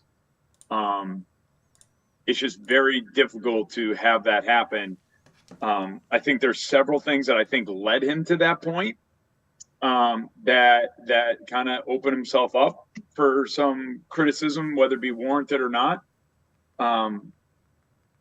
It's just a loaded type of scenario that, especially in today's day and age, we don't know what the administration, was this the first complaint? Was this the one that broke the camel's back? I don't know. We aren't at Mary Hardin Baylor, right? But I think like there are some things there that led to kind of that scenario to play out. Yeah, I asked him a couple of times, how do we justify what we do see in a game and your histrionics and behavior there versus comments said that this is an ongoing thing and we see a pretty bad one, let's be honest, in a November practice. And to remind people, the Thursday show, I hadn't been able to see that video until I literally saw it as I'm trying to air it unsuccessfully for everybody. So I hadn't been able, and every word was exactly what Mark had told me was said, but it's different when you hear the words and how they're presented and all the context involved in that.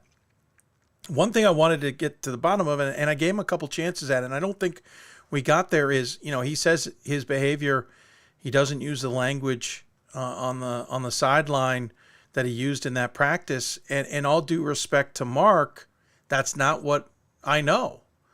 I know he's used some pretty colorful language in games. He's been ejected for some really, really rough language.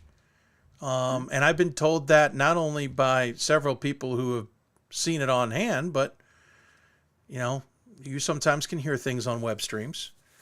I know what he's trying to say, but I think there's still some growth to be had there. But I also asked him a question, Mike, I'm curious your take on. If that's not as big a Christian school, if that's a men's team, because let's be honest, if we think this isn't happening, and this is not a shot at any other Mary Hardin Baylor coach, but do we think the football team is having a lack of swear word practice going on? This is a program that expects to win national championships, and I'm not trying to pick on them. My point is, do we think there's any scenario here, and I'm not trying to blame it on women either, but that's why it broke this way, or is it selective choice of a firing because a parent, a player, or whoever brought it to administrative's attention? I have a little bit of trouble understanding that if a football player brought this same type of thing to administration, I can't see the same thing happening. Well, that's the gender thing, right? Like, that's why I say, is it a gender thing, or is it selective based on every scenario? That even if it was a woman's team, maybe they look the other way if whatever. Like, why does it feel like this is an inconsistent decision? And that's not to defend Mark. It's more to say, if that's true, if that's your problem, why aren't you really enforcing it? Which makes me think, and in my, I coached college for 15 years, and I was the head coach for 8, and now I work on the pro side of things, and obviously I have so many friends in the business. This could be a scenario where maybe there were some situations prior, and this was the one thing that administration was like, this is it, we've had it. That is the one question I neglected to get to. I've talked to him off the record, not off the record, but off air, and he says there was nothing else in his file. But you and I have seen him. But like, they've been at to games, talk right? about ejections. Right. I've never been ejected. I got one technical in 15 years, and it was because I yelled literally the words. It was a travel as loud as I could. So you weren't trying hard enough, Mike. Yeah, I know. I didn't try hard enough. And like, to be honest, like, some of my peers critique me for not being hard enough on referees. That's a whole nother topic. That's a whole nother topic, right? But like you talk about, I think when you get into this, it bothers me. And it bothers me when coaches go over the line and they use the excuse passion. I have a tough time with that. I'm passionate about coaching. I'm passionate about the players I coach. I talk with all the TBT guys and all my D3 guys and coaches from all over the country. I'm passionate. But I cannot imagine being in a situation, no matter how frustrated I was and things like that, to just go off the handle like that repeatedly. You said at the beginning it's impossible to be perfect. You'll never be a perfect coach, and I've heard that from many an administrator and coach too. It's impossible to achieve perfection as a coach. And I'm pivoting a little bit here because there is an element, and I'm stealing from an AD. I'm paraphrasing what he says so he can still use it in his future consulting work. He knows who I'm talking about. But a computer science professor wouldn't be a very good teacher right now if they were teaching WordPerfect. You have to evolve not only to the game, but to the world. And I think that was, let's be honest, that was Bobby Knight's downfall. Yep. He had a long downfall. He should have been gone far sooner. But his downfall, I mean, his was more of a slope instead of a cliff. Sorry, correction, slower. Well, public reaction was a cliff. His career was a slope. He was still in that early Apple computer days while we were all running on laptops. Yes. And that is sometimes hard for a coach to pivot on. That is an old story. We see it all the time. But to the point of running your players to the point they're hospitalized, we haven't heard the whole story there. Using racial slurs, even if you're repeating them, and in this case being very demonstrative and using very aggressive language in a passionate moment, to paraphrase there, those are all, as you said, things in the past. How do coaches improve themselves to turn to away from what they used to do that just shouldn't be done anymore? How do they do that?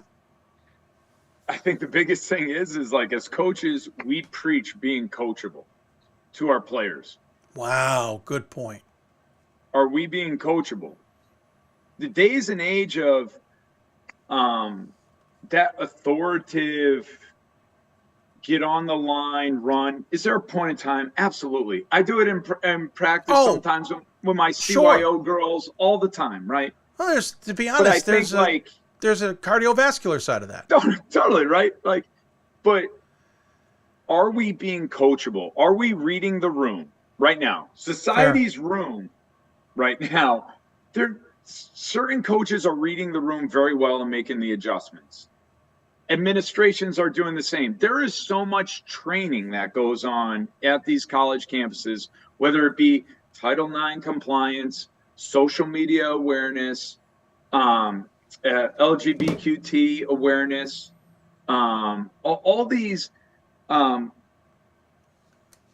issues and discussion points in society. All these trainings are going on. Coaches right now that are that old school mentality, if you do not get better and be coachable and read the room right now, you're not going to last long, quite frankly. It's look at it just a couple years ago, probably maybe now almost a decade. Mike Rice, right? Mike Rice, Division I, threw the basketball. He said the exact same word, passion. It was because he was passionate, passion. Where's Mike Rice now? He's not coaching. Right. And like, I think, he might be doing some workouts and stuff, in Jersey. But to be honest, like as a coach, like you have to adjust. But at the same point in time, right? Whether you're a head of a company, whether you're a coach, whether you're running Hoopsville or whatever, right? If you can't, you cannot coach also looking over your shoulder either. It's very tough we try to educate and push our players, but if we're so worried about what we say and what we do, you can't do it effectively. Yeah. Well, and to that point, yes, that's kind of my other curiosity to this is there's an element now that's also changed, and I alluded to this on Thursday, but a lot of the information, and this is why I try to be careful with it, a lot of the information has changed. There is a part of this, and again, I'm not trying to give any benefit, I'm not trying to take away blame, but there is a part of this that feels a little bit like the U.S. men's soccer situation. Gio Reyno not being a great teammate, according to what the team eventually said. Team had a heart-to-heart with him, said enough's enough. He got a little bit more playing time, but that's why he wasn't playing in the World Cup. Berhalter, the head coach, thinks he has an off-the-record moment, says some things without naming the player, by the way. Yep. Still off the record, doesn't mention the player. Off the record. But everything he said off the record, which got published, jived with everything else that we had been learning. Gio's parents lose their mind. These are best friends, the Berhalters and the Reinias. Lose their mind and decide we're going to backdoor Berhalter here and bring up something from 30 some odd years ago as basically a screw you. You screwed our son. There's a feel of that, and I'm not saying there's a parent involvement here because I can't prove that, but there's a feel of I wasn't happy, so I'm going to go get my revenge. I'm not saying that's right. And I'm not saying what Mark's doing is right. What I'm basically saying is if that is the case, A, to your point, you're always looking over your back. And B, how do you, and this is why we wanted the administrators on, how do you balance the complaints / misguidance of what the expectations are versus the complaint? You said it right there, the expectations, right? Yes. And by that I mean he has and I'm nitpicking Mary Hardin Baylor, and I don't want to do that, but you're having a roster of 25 players. You only play 9 in a basketball game if you're deep. Grinnell's system only plays like 15, maybe 20, right? You still have an extra 5 more. Are we being transparent in the recruiting process to say, hey, we're going to have a roster of 20, right? And quite frankly, we're only going to play 9. 13 of you, 14, 15 of you, a whole nother basketball team is not going to be playing. And I think like that's where this opens itself up, where you do get that one player that's jilted or whatnot. You're opening yourself up to complaints and drama that really you don't need to have as a college coach. You have enough stress going on. You're going to have to deal with playing time issues on a roster of 15. Do you really want another 10? And the players are never going to tell the coach. They're never going to tell the coach, hey, I don't like the way you coach. I'm intimidated by you. They're not going to say that. They're going to always go to playing time. And not to nitpick, But I went through rosters of Mary Hardin Baylor to kind of see if there was, you know, a pattern of having a roster of 20, and there has been. He basically admitted it. Yeah. And then he said that he only had 3 returners of a roster of 20 from the year prior. If I'm an administrator, and I never been, nor do I want to be, because God bless all of them, but that raises a red flag to me. Why is there so much attrition in a program that is successful? I just think when you have that roster, you're opening yourself up to a lot of drama that you really do not need to have. Well, and that's why I asked the question, like, are you carrying too big a roster? And what I didn't get to, because his answer didn't really make it relevant, sometimes that's also an administration who says we want enrollment. I remember vividly watching a school have a soccer program who insisted on having 25 players listed, I think, max on his online roster. But he had 40, and then he'd recruit another 20 every year. And so those 20 recruits show up to preseason practice. I'd be sitting there watching it, and all of a sudden there's 60 players on the field for a soccer team. First, if I'm one of those 20 recruits, I'm pissed. Because totally. I don't know if I got the whole truth. No, I don't know all the dynamics of maybe they were told there were 60. I tell you this much. If I'm a soccer player and I find out there's already 40 there and I'm one of 20 recruits, I ain't showing up. There's no chance in hell I'm making a team, especially when there's no JV. But there was a push at that campus for enrollment. And we're talking again, but I can't tell if Mary Hardin Baylor's got that. No, I don't get that vibe from Mary Hardin Baylor. If we're talking about Casanova that just shut down. Oh, different story.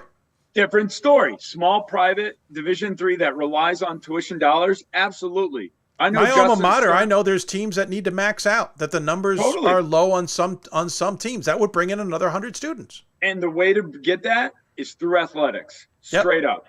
Mary Hardin Baylor, but all my doesn't come across that way.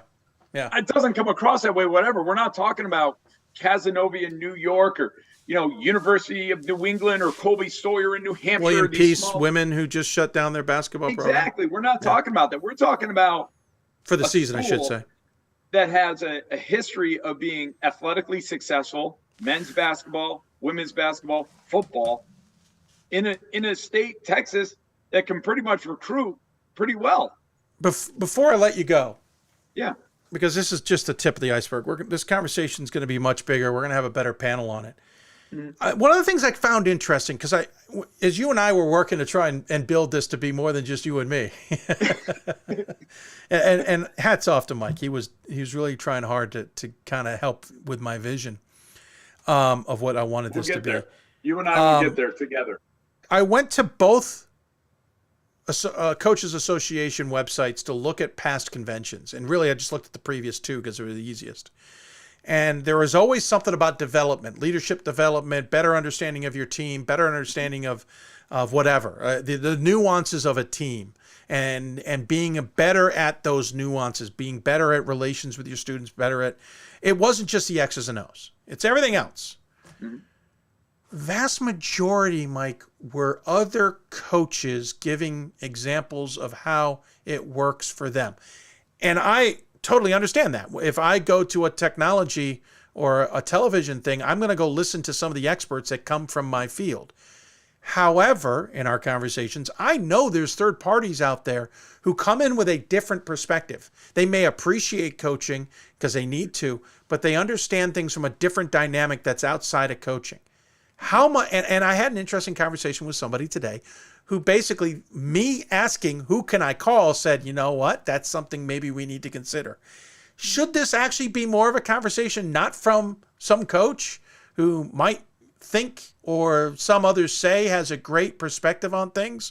Or should it come from a third-party individual who knows these things 6 ways to Sunday? Or does it need to be, I'm sorry, I'm trying to chase a name here, apologize, need to be someone who's worked in the business, who, like a Lynn Dunn on the women's side, who is just known as that whisperer. Okay, she's a coach, but she's moved on to other things. Or it's that third-party person who's got more experience from a different perspective, and it's not the everyday coach. would that be more beneficial? My gut says yes. Because I think for exactly kind of some of those reasons that you said, coaching is so incestuous. We all steal from one another. We all steal the latest X's and O's. Right. Which is, by the way, a whole nother topic about why we hide videos is just stupid, but go ahead. Yeah. We all steal recruiting spiels, tactics. We all steal from one another, right? And it's all kind of blended, and it will contend to be just one common thought, one common well, heck, thing. there's not even stealing. People are showing off what they do. Exactly. And I think for me personally, my wife is a leader of, she's a GM of a craft beer distributor, which is a great. Is she hiring? Hey, I got the good stuff. You just call and let me know. I'm looking for work. Yeah. But so the perspective that I get from her in a leadership role, coming from her angle, being a female that runs a company that's a male-dominated industry, is very refreshing for me as a coach, and has made me think several things that I did in the past I would handle differently currently. And I think having that perspective outside of somebody that's in the basketball think tank but understands the game would be refreshing to a lot of coaches to understand how to essentially run our own business. And I think right now some coaches run their business very well, and some coaches don't run their business not so well. The trouble is every school has a different kind of environment to run their business in. Yeah, so that's true. But exactly every business is different too. Yeah. But they're a little bit more in line. I agree with you. It's like every school's like a pizza shop. We all make pizza, but the pizzas are going to be vastly different tasting. Yeah. Right? And so I think having that perspective, though, I've been in the NABC conventions for 20 plus years. It's all a coach talking to another coach about what they did and blah, blah, blah types of stuff. You're right. There's not a whole lot of training out there for college coaches how to evolve in today's social media transparency landscape that we have going on right now, that can be, and what we've seen over the last 2 weeks, be so volatile in Division III college athletics. I don't think I've ever seen in my years 4 coaches get let go before the end of the season. Well, and to be honest, well, let's see. From what I've heard, there's 1, 2, 4, right? I thought there were more. Sorry. Centenary. Yep, that's who I was thinking of. So Centenary, Mary Hardin, Baylor, Concordia, Chicago, Benedictine, if you want to call it part of this cycle. Yeah. It kind of dated to the end of last season. Jody May's still at his job in Albion, so that hasn't changed. But there was the coach down at Warren Wilson. We don't know why. Yeah. He suddenly departed. That's kudos to the administration. I mean, these things are coming to light instantaneously, and administrations are making decisions. They're not waiting to end a season. They're saying, nope, we got to make the change right now. You and I talked about this. If it is we talked about kind of training and things like that.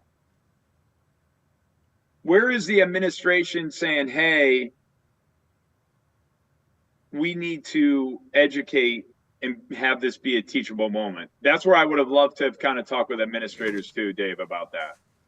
Is this a teachable moment where we can help educate a coach? He's been a part of our community. Can we teach him and give him a way to get better, just like how we do with our athletes, and things like that? Or is this a black and white type of issue? So, one other thing, and I'm paraphrasing from my friend who couldn't come on the show, and he couldn't come on for good reasons. Listen, I knew that when I called him, there was no way we were going to get him on the air. But one of his other ideas is, a lot of coaches say they have open door policies. What good do they do nowadays? Because let's be honest. What student is getting off from his computer, and this isn't a knock on them, but it's a different world, getting off their computer, getting off their phone or whatever, and just walking into a coach's office? You can have an open door policy, but it's just an open door. I mean, it's not like when I played in the 90s, heck, I got to go talk to coach because I literally have nothing else going on. I want to talk to him. Whereas nowadays, you got 100 distractions. Unless my coach is texting me, I'm probably not talking with him. Open door policies, that's just coach speak. To be honest, in this day and age, you're right. Like, yeah, my door was always open too. How many people did I see? My fellow coaches come by to say hello. My athletic trainer filled me in. Coach, maybe a player, one or two, but like it never was like this where we are as a society. It's almost like as a coach, you have got to be more proactive. And I'm gonna like Coach Hickson at Amherst, and I thought this was a great analogy. He said, Reg, you got to weed your garden every day. If you let the weeds get out of control, the garden's going to go awry, and you're never going to grow like any fruit or vegetables. You have to proactively weed your garden every day. And I thought that was so good because he recognized that those players were not going to walk through his door. He had to search them out, build relationships, see what was going on, peel back the onion so that it didn't evolve to a situation that was uncontrollable. And it was the point of no return. Yeah, no, very good point. I think he's made that reference to me about something a number of years ago as well. And because when you mentioned it, it sounded familiar. Again, we could keep going and going, and we should, but we can't. We'll do more at a future date because I do want to make this kind of like the conversation we've had about minorities in coaching and minorities in Division III in general. We've made that an ongoing conversation. We should make this an ongoing conversation because I think there is a change, and I think some coaches don't get it, and I think some coaches are making genuine efforts. I also think it's not that simple. I think there's an element of misunderstanding of expectations or misguided expectations.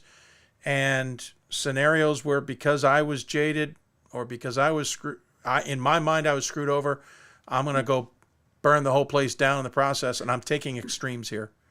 And there's everything in between. And I think it's worth a further convo. And appreciate your time, sir. Any final thoughts you want to share with everybody? And maybe who you're voting for number one before we get the big boys in here to find out who they're voting for? Yeah, well, let's see. The rookie here. No, first, you're not a rookie anymore. I'm not a rookie anymore. But not to make lighthearted the situation, but like seriously, I think the discussions need to keep happening, right? And just like it takes a lot for all of us, whether it be us as a parent or businessman or woman or coach, to look in the mirror and have an honest assessment of each other. Fair. Of yourself. I think as coaches, we need to do a lot more of that and not think necessarily it's going to always be my way or the highway. Yes, I'm the expert, but I think we have to look in the mirror more often than what we're doing.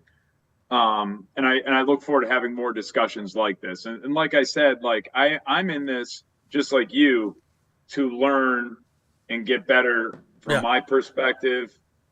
And to help others hopefully get to where, we can all get better together. I think that's the biggest piece. Now to the top 25 with the rookie here. So number one, nothing's changed. By the way, there is no alpha in this group of top 25. Like I think 1 through 25, anybody can be beat any night. Like I thought the other night, like St. Joseph's of Connecticut, I thought they had them on the rope. They were on the ropes by, I think, LaSalle. I think Western Connecticut, I voted for them in the top 25 at 22. They almost got beat the other night by UMass Boston. Yep. My buddy Jay over there, I thought is having a great turnaround year. I do think I might be starting I might be looking at Middlebury to make it really deep. I really like them a lot. But obviously that NESCAC's a grind.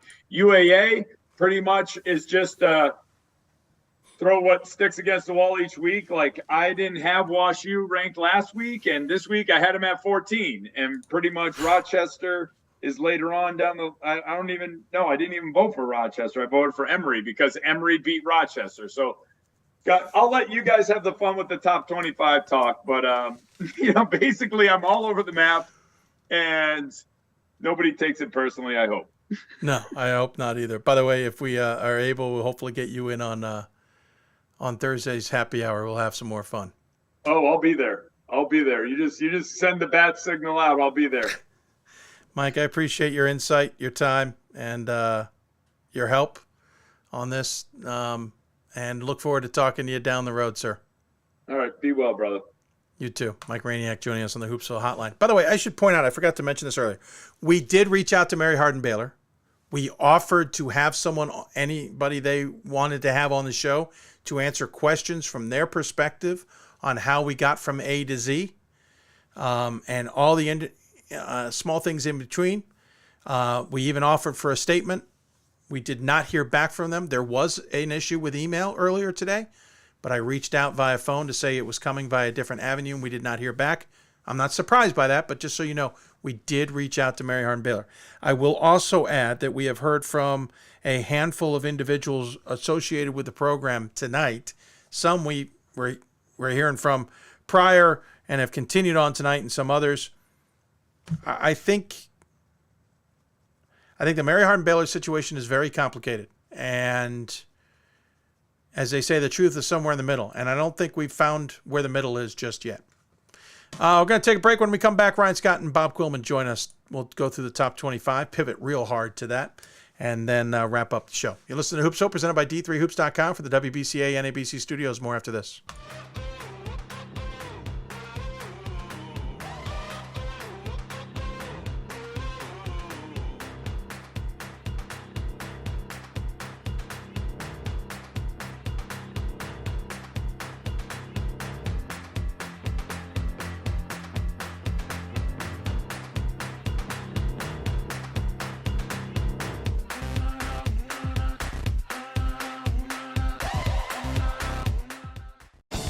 These are your teams, your players, your community of fans. This is where they play, where they practice, where you cheer. At every meet, every event, every game. Your community is passionate, dedicated, supportive. You know the tension of a close game and the thrill of the win. So while you're cheering, keep an eye out for anything out of the ordinary. If you see something suspicious, say something to local authorities.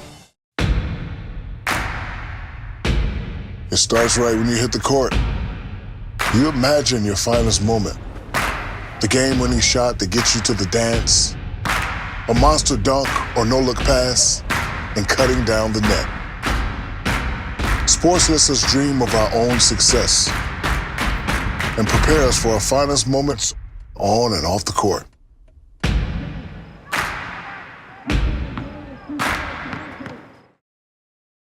We've got more schools than Division I, more fans than Division II, and more upsets than March Madness. There's 800 programs with over 11,000 games leading to 2 national championships. And we've been covering it all for over a decade. From Eastern to Occidental, from Puget Sound to Piedmont, from Southwestern to the University of New England, and from Hope to Calvin. Nobody covers Division III basketball like we do. We're at D3Hoops.com at www.d3hoops.com.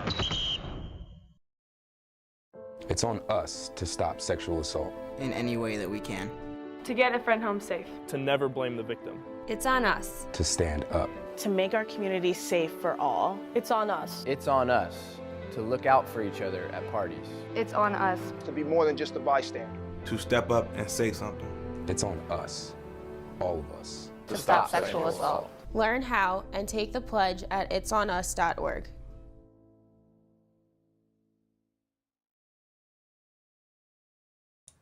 Welcome back to Hoopsville, everybody, as we continue to roll along. If you got questions for us, tweet us at D3Hoopsville, hashtag Hoopsville. You can email us, hoopsville at D3sports.com. Join us on our simulcast, facebook.com/Hoopsville, or our YouTube, youtube.com/D3Hoopsville. That's how you can get a hold of us. We're going to pivot here in a moment, talk top 25. But I want to thank again Mike Rainiak coming on the show and talking about things from his perspective as a former coach on the Mark Morefield situation. And thanks to all you who have reached out to me. This is not the end of the conversation. There's more regarding obviously other coaches too, and we'll certainly have those conversations as the show continues. Really, we could have this conversation at any time, and so we'll do it when it's appropriate, et cetera, et cetera. So there you go. So let's talk top 25 and a little bit of fun, because we have been working on this show just a wee bit. We are going to, where the heck is that coming from? Sorry, there's a graphic on the air that doesn't make any sense. We're going to pivot, literally. I'm going to change camera shots. Hello, folks. Joining me on the Blue Frame Technology Hoopsville Hotline, it is Bob Quillman and Ryan Scott to talk things all top 25. We should point out the new men's top 25 is out, and the new women's top 25 is out. And guys, we'll get to that in a moment. But I wanted to at least start with a topic that's dominated today's show. It's, Morefield came on to talk about his side of things. Mike Rainiak gave his perspective on things. I'm a bit curious. You guys have both tweeted or texted me on the side your thoughts on things. Ryan, we'll start with you because you had a couple interesting tweets. Your thoughts on the dynamics and everything we've heard. I mean, I'm glad Mark admitted that was not the right way to do things. There's certainly not every coach who would feel that way. And from his perspective, he apologized the next day. He tried to make it right with his team. And from there on, it's out of his hands, right? You can only apologize and you can only be forgiven, but that doesn't take away the consequences of your actions. Some schools would let him continue. They might fine him or suspend him. This school decided to part ways. And at that point, it's out of the coach's hand. They've done something wrong. They've apologized for it. And you just kind of have to live with where that goes. And seems like he's got the right attitude about the whole thing. And I hope he gets another shot and that he's learned from this. I will quickly say there's some information that I've been gathering that makes me think that maybe this was a little bit more of an ongoing season conversation than we're aware, but not much we can do about that. But I admit, if his words are true, you're right. He did at least apologize to the team. Ryan, or Bob, your thoughts on it? I think the tough thing is, I just don't have the facts necessary to truly understand what happened. What I do know is what we saw in the video, that was rough. Like, to me, that style doesn't work anymore. I love what Mike said about reading today's room, right? Like, that was really rough to see. What I don't know is, like, if someone could put like the three most respected players on that team on Hoopsville, would they like run through a brick wall for him and say, this was an isolated thing. He was awesome. He changed my life. I love him.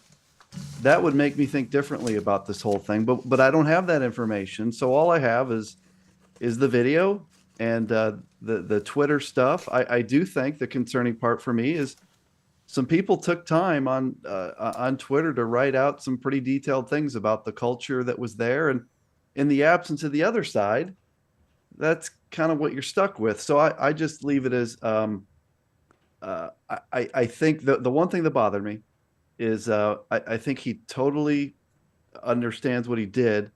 Yeah. But for me, he took a little bit too much time pinning this on one or two people that didn't get playing time. Their careers didn't go the way they wanted. That rubbed me the wrong way. I thought it made it seem like he really didn't understand what he did. And it was like, there's these people out to get me. They didn't get playing time.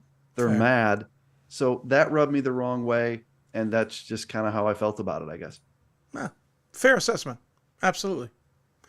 Well, guys, appreciate it. And you can read their thoughts on Twitter if they're sharing. Ryan, you've had some good thoughts. I appreciate those as well. Let's pivot to the top 25. And let's start with the big one, because on the men's side, the gap between first and second place got real tight. There's 15 first place votes going to St. Joe's. There's 10 now going to Randolph-Macon. And they're just, 6 points separated, meaning if St. Joe's wasn't number one, they're not necessarily number two on a lot of those ballots, whereas I would say people probably have Randolph-Macon right around 1 or 2, if not 3 on most of their ballots. Ryan, curious, who you voting for? I mean, I published it so you could see it. I switched my vote from St. Joe's to Randolph-Macon. So I got to go up to Vermont this weekend, and I saw 2 games in Middlebury. And I've been high on Middlebury the whole time. I had them very high in my preseason poll. I've been giving them the benefit of the doubt when other people have talked about their schedule. Even I was blown away by seeing these guys in person. I mean, this team is 10 deep. And beyond that, there's only 1 senior and 2 juniors in that 10-man rotation. That, they've got a really solid foundation there. Obviously, one of them is Alex Sobel, who might be the best player in the country. But man, this kid, McHugh, who's a freshman, who's going to be getting his minutes next year, was one of the more impressive guys I saw all weekend. And he's only getting, 12 minutes a game or something like that. They're big. The offense is where they're going to be a little shaky. Don't know if they can hit shots on a consistent basis, but I almost moved them ahead of St. Joe's too. It's just the fact St. Joe's, I don't want to penalize them for the conference they're in. And that is where I'm at. I feel like Macon has earned their way into that first spot, not that St. Joe's has lost it. And I didn't want to penalize St. Joe's just because they haven't had super stiff competition in the last couple of weeks, right? They earned that with their non-conference schedule. They did everything they could possibly do. And I didn't want to bump Middlebury ahead of them just because they're in a weak conference. But I do think Macon, with what they've been putting together in what might be the best conference in the country this year, has really gotten them that far. And I know Bob had different feelings, so you can take it away. Well, no, I'm on St. Joe. I've been on them for a month and a half now, ever since my failed experiments that started the season didn't work for me. I can't remember the exact order, something like Mary Hardin, Baylor, Mount Union, La Crosse, and there was someone else in there, I think, that didn't work out either. But the bottom line is to me, my top 5 or 6 or 7, I could go about that deep. I mean, I could pull them out of a hat at this point.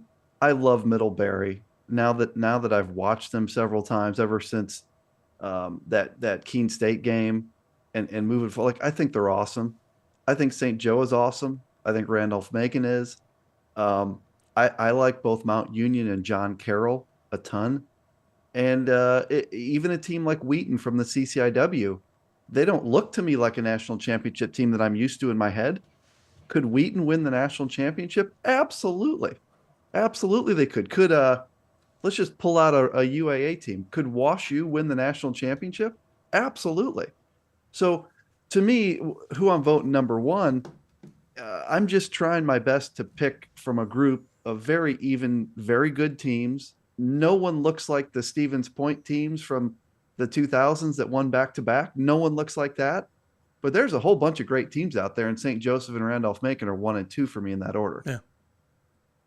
No, I agree with you.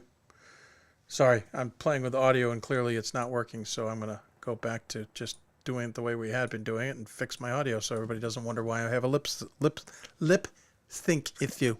I actually went back to Randolph-Macon. They had moved up to number 2 on my latest ballots, and then this week I moved them up. And it's not a knock on St. Joseph. They had a tough game against LaSalle, and I've always said I don't expect anybody necessarily to go undefeated, but St. Joe's is at a point in their schedule where even if their conference is maybe more difficult than a lot of people give them credit, Randolph-Macon's doing what they did again last year, which is rolling through the ODAC.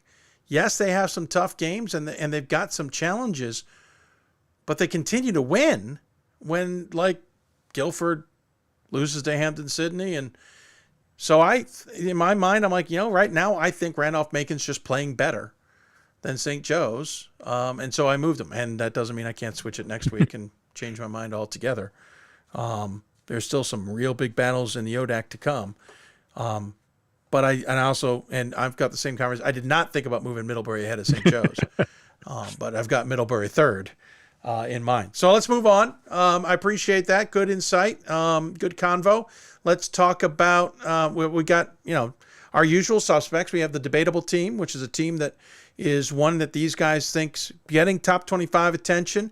But should they be higher or should they be lower? It's more of a catch-all. It's a wild card, as it were. There's our dubious. That's a team that these guys think is getting way too much love, way too much attention, shouldn't be getting any or is just too much. For example, let's say a team is 5 and they think they should be 25. And then you have a deep dive, a team that is either getting absolutely no votes or is getting just a handful of votes, maybe even not by ourselves, but we feel should probably be a little bit higher or in the conversation more. And it's a chance for us to shine some light on them, whether they're in the top 25 or not. So with all that in mind, let's talk debatable. On side note, Bob took an interesting tack with his 3 choices. You'll find out here in a bit, but we'll start with debatable. Bob, go ahead. What is your debatable team for this week? First, a disclaimer that what I agree with that Dave has done. He's created a Google sheet for all of us that come on this segment.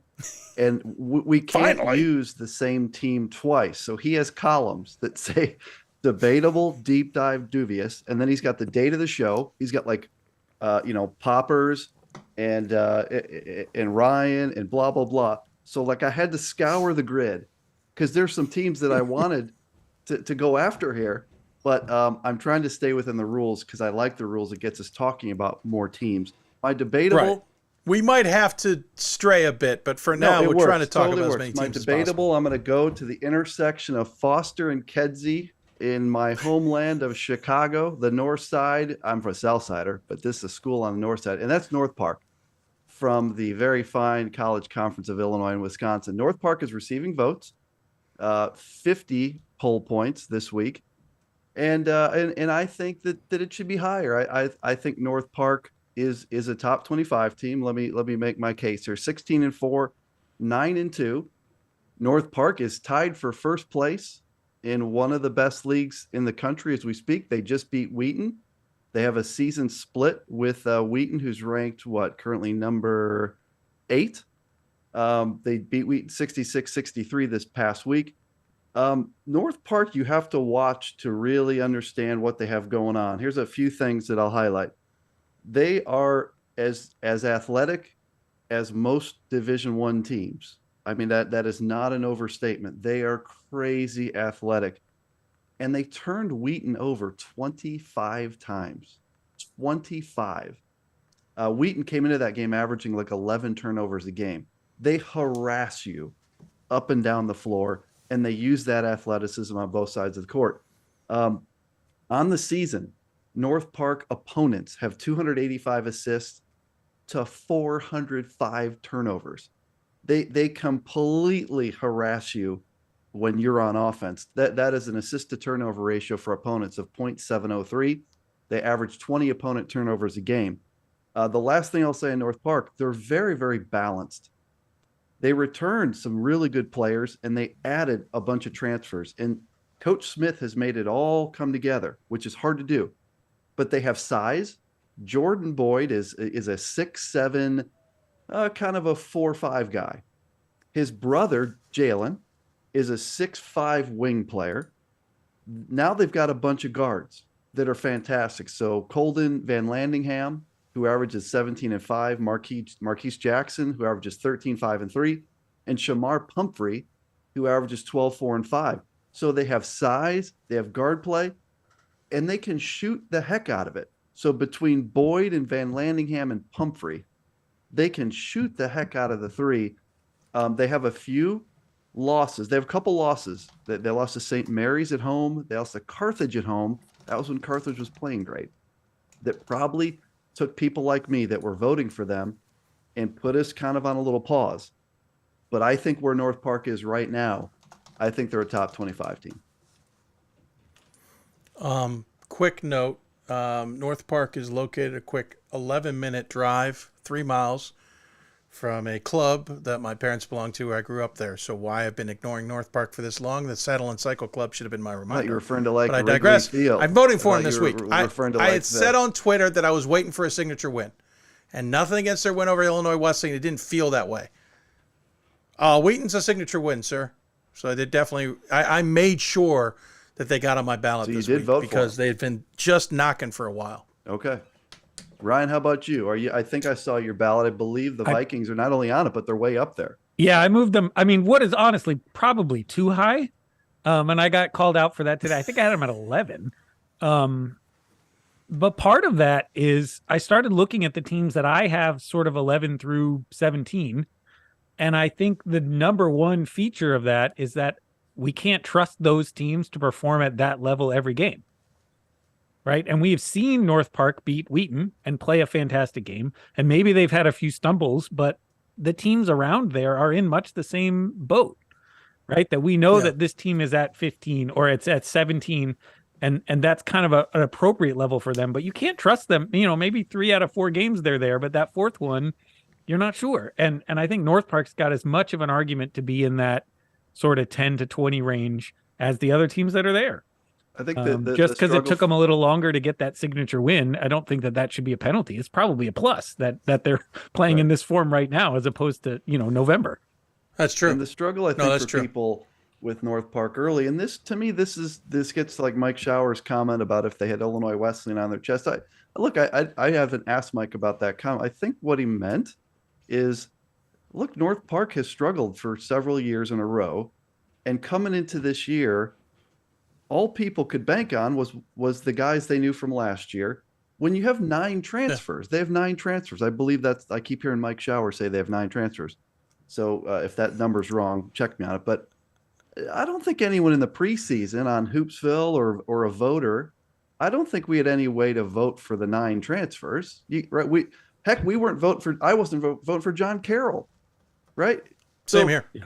For the same reason. I think as soon as North Park started playing games and looking good, I mean, I was voting for him, but I think what Mike Shower meant by that is that if you took a team that had a good season last year, and then that team started playing well again, you'd be on them in a heart. Like if Marietta came into this year and was just rolling, you'd be like, oh, they're great again. But I think it's okay that it took people a while to figure this out because they weren't that good the last few years. I guess we did it with Elmhurst, right? Elmhurst started out and we said, well, they lost a lot of guys. Are they really this good? And they started out good. And we said, all right, I guess they're good. It's not that they aren't good. Right. Absolutely. But they're not what we thought they were at the beginning of the season just because of that play. And I think it works the same way the other way, right? If Colby had done this year what Williams is doing right now, we would be rating them about where we're rating Colby because they have a very similar looking resume. It's just because they're Williams and we saw how good they were last year and they brought all these guys back. We've got them where they are. And it's not wrong necessarily. It's just Brett, I think people needed to see the construction of the team and how good these transfers are, and most importantly, how much Sean Smith has meshed this, because that's hard to do. It's hard to take transfers with returners and make it look like they are just a cohesive team that they are. So kudos to Sean Smith, but I think North Park is really good. And tell you what, I would want to be on the other side of a bracket game with them in the tournament because they make it hard. They make it hard to run your offense. I'm curious, Bob, not to do cross promotion. Have you done your QCast interview with Sean already? Is that finished? Clearly. There was a screen grab. Actually, I'm doing it tomorrow. Well, okay. I'm talking. Well, because I have the question that I'm sure it's on your list, but like looking at his resume when he was hired, he was the point guard and like a 3-year captain on a team when he was in college that went from like 3 wins to 30 or something like that. Like just the natural leadership that comes from a guy, making somebody a captain as a sophomore, that kind of leadership is there's some intangibles there. And I'm just curious his thoughts about his own abilities. I will ask you get him a chance to talk to him about that. Fantastic. Like there's something there. And look, when he was hired, that wasn't a no-brainer hire that everyone looked at to say, oh, I saw that one coming. When he was hired, I think a lot of people said, I didn't expect that. But he has crushed it. So just keep an eye out for North Park. Those of you that are listening, voters that aren't voting for North Park, hey, I get it. Look, there's some losses in there where maybe you say I'm waiting for another couple games, but they're really good. To your point, and not to belabor it, but I say this all the time. People ask me, "Hey, well, are you excited about recruits? Are you excited about who?" I don't pay attention to recruiting. I don't pay attention to who signs with what teams, because until they're on the floor and until we can see how they gel with a program, that's why I wasn't on John Carroll at the start of the year. I want to see how do they come together as a unit, because Johns Hopkins women won the national championship with 8 D1 recruits. That was wonderful, but that could have just been a disaster too if you got the wrong egos in there. And they don't gel. And now I'm voting for him top 25 for no reason. So to your point, give us time to at least see how that develops. And it obviously has developed well. And Pat, by the way, points out on Twitter that 12 of the 25 voters are now voting for North Park. The other just quick thing, Dave, about the CCIW going in is when I was doing my top 25 ballot in the preseason, I reached out to 6 CCIW head coaches because my intent, and I mentioned this to you guys, I was going to vote for the CCIW favorite on my ballot, but I couldn't figure out who that was. Yeah. So I asked coaches, hey, so-and-so, who do you think the number 1 team is? You know what they all said? I have no freaking clue. So you know what they did? They voted for the team that won it last year. They voted for Illinois Wesleyan because Illinois Wesleyan lost a crap load, but they had a lot of guys back that, played a little bit last year and some other promising guys. That was as good a case as Wheaton, banking on Wheaton having these stud transfers they do and having other guys step up, and Elmhurst lost a bunch. North Park has 9 transfers. Everyone just rolled the dice and voted for Illinois Wesleyan. And then like we did in the poll, when Illinois Wesleyan started playing bad, we moved away from them. We haven't voted for Illinois Wesleyan in weeks. So the CCIW preseason poll is what it is. It was because we had no idea who was the favorite. It's turned out the favorite is Wheaton and North Park, but it took us till January to completely figure that out. By the way, Ryan, you had a debatable. I do have one. Who is it? I think that Hampden Sydney, currently 18 in our new poll, should be much higher than they are. I just feel like this team is really, really good. And maybe not quite getting enough credit. Maybe that's they're blooming late. They had a slow start. They're maybe the 3rd best team in their conference, which hurts a little bit, but we're talking about a team that is now 16-4. 3 of those losses came before Thanksgiving. 2 of those losses were to Randolph-Macon. One of them by only 2 points. They beat Christopher Newport by 15 on the road. They beat Barry by 19. Just this last week, they beat Guilford, and they went to Roanoke and won there. They got size. They're pretty deep. I mean, this is a really strong squad, and I'm just not sure what everyone is waiting on. Totally with you. I've got Hampden Sydney much higher than the poll does. I have them 9, and I mean, to me, if first of all, their resume, they would be a first weekend host right now. If we were making a bracket, they would be hosting. They'd be in the top 16 if Dave was hosting the show today. And so I don't know what people are waiting for either. They won at Roanoke. Roanoke's really good, especially at home. They beat Guilford. Guilford's awesome.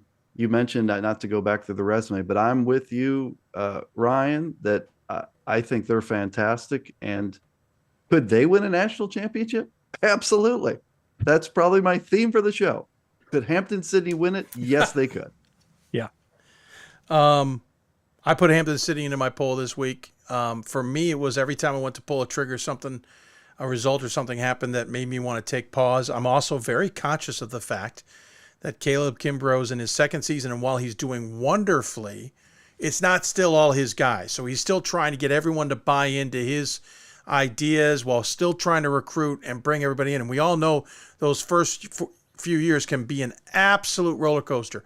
You can get a huge couple of wins and then have the wheels come right off the thing and go through 2 weeks of absolute hell. So I wanted to wait to see. And the Guilford, again, same as North Park. Guilford to me was like, oh my Lord, They beat Guilford. Guilford's a pretty darn good team. Now they're second place for sure in that conference. And then they went and beat Roanoke on top of that. So it wasn't just a high and a low. It was an absolute consistency across the board. So I bought in and I jumped them pretty high. I put them right in the middle of my ballot. Again, it's kind of like North Park. I wanted to see how it's all playing out, but for different reasons. But that ODAC I knew it was going to be really good. I knew it was going to be darn good. It's better than I thought it was going to be. And it's because teams like Hampton-Sydney have stepped up. Been really impressed. Let's go deep dive on this one. Let's switch it up and go that way. Ryan, we'll start with you. We'll let you get the first word on it. I won't take total credit. Somebody mentioned this on Twitter this week. Was a reminder to me of a team that I really liked in November. Kind of fell off a little bit, but now leading the MIAC, that's Carleton. 16-3, 11-3 in conference. I think they're not. I'm not voting for them yet. That's sort of my rule, is they're not getting any votes currently.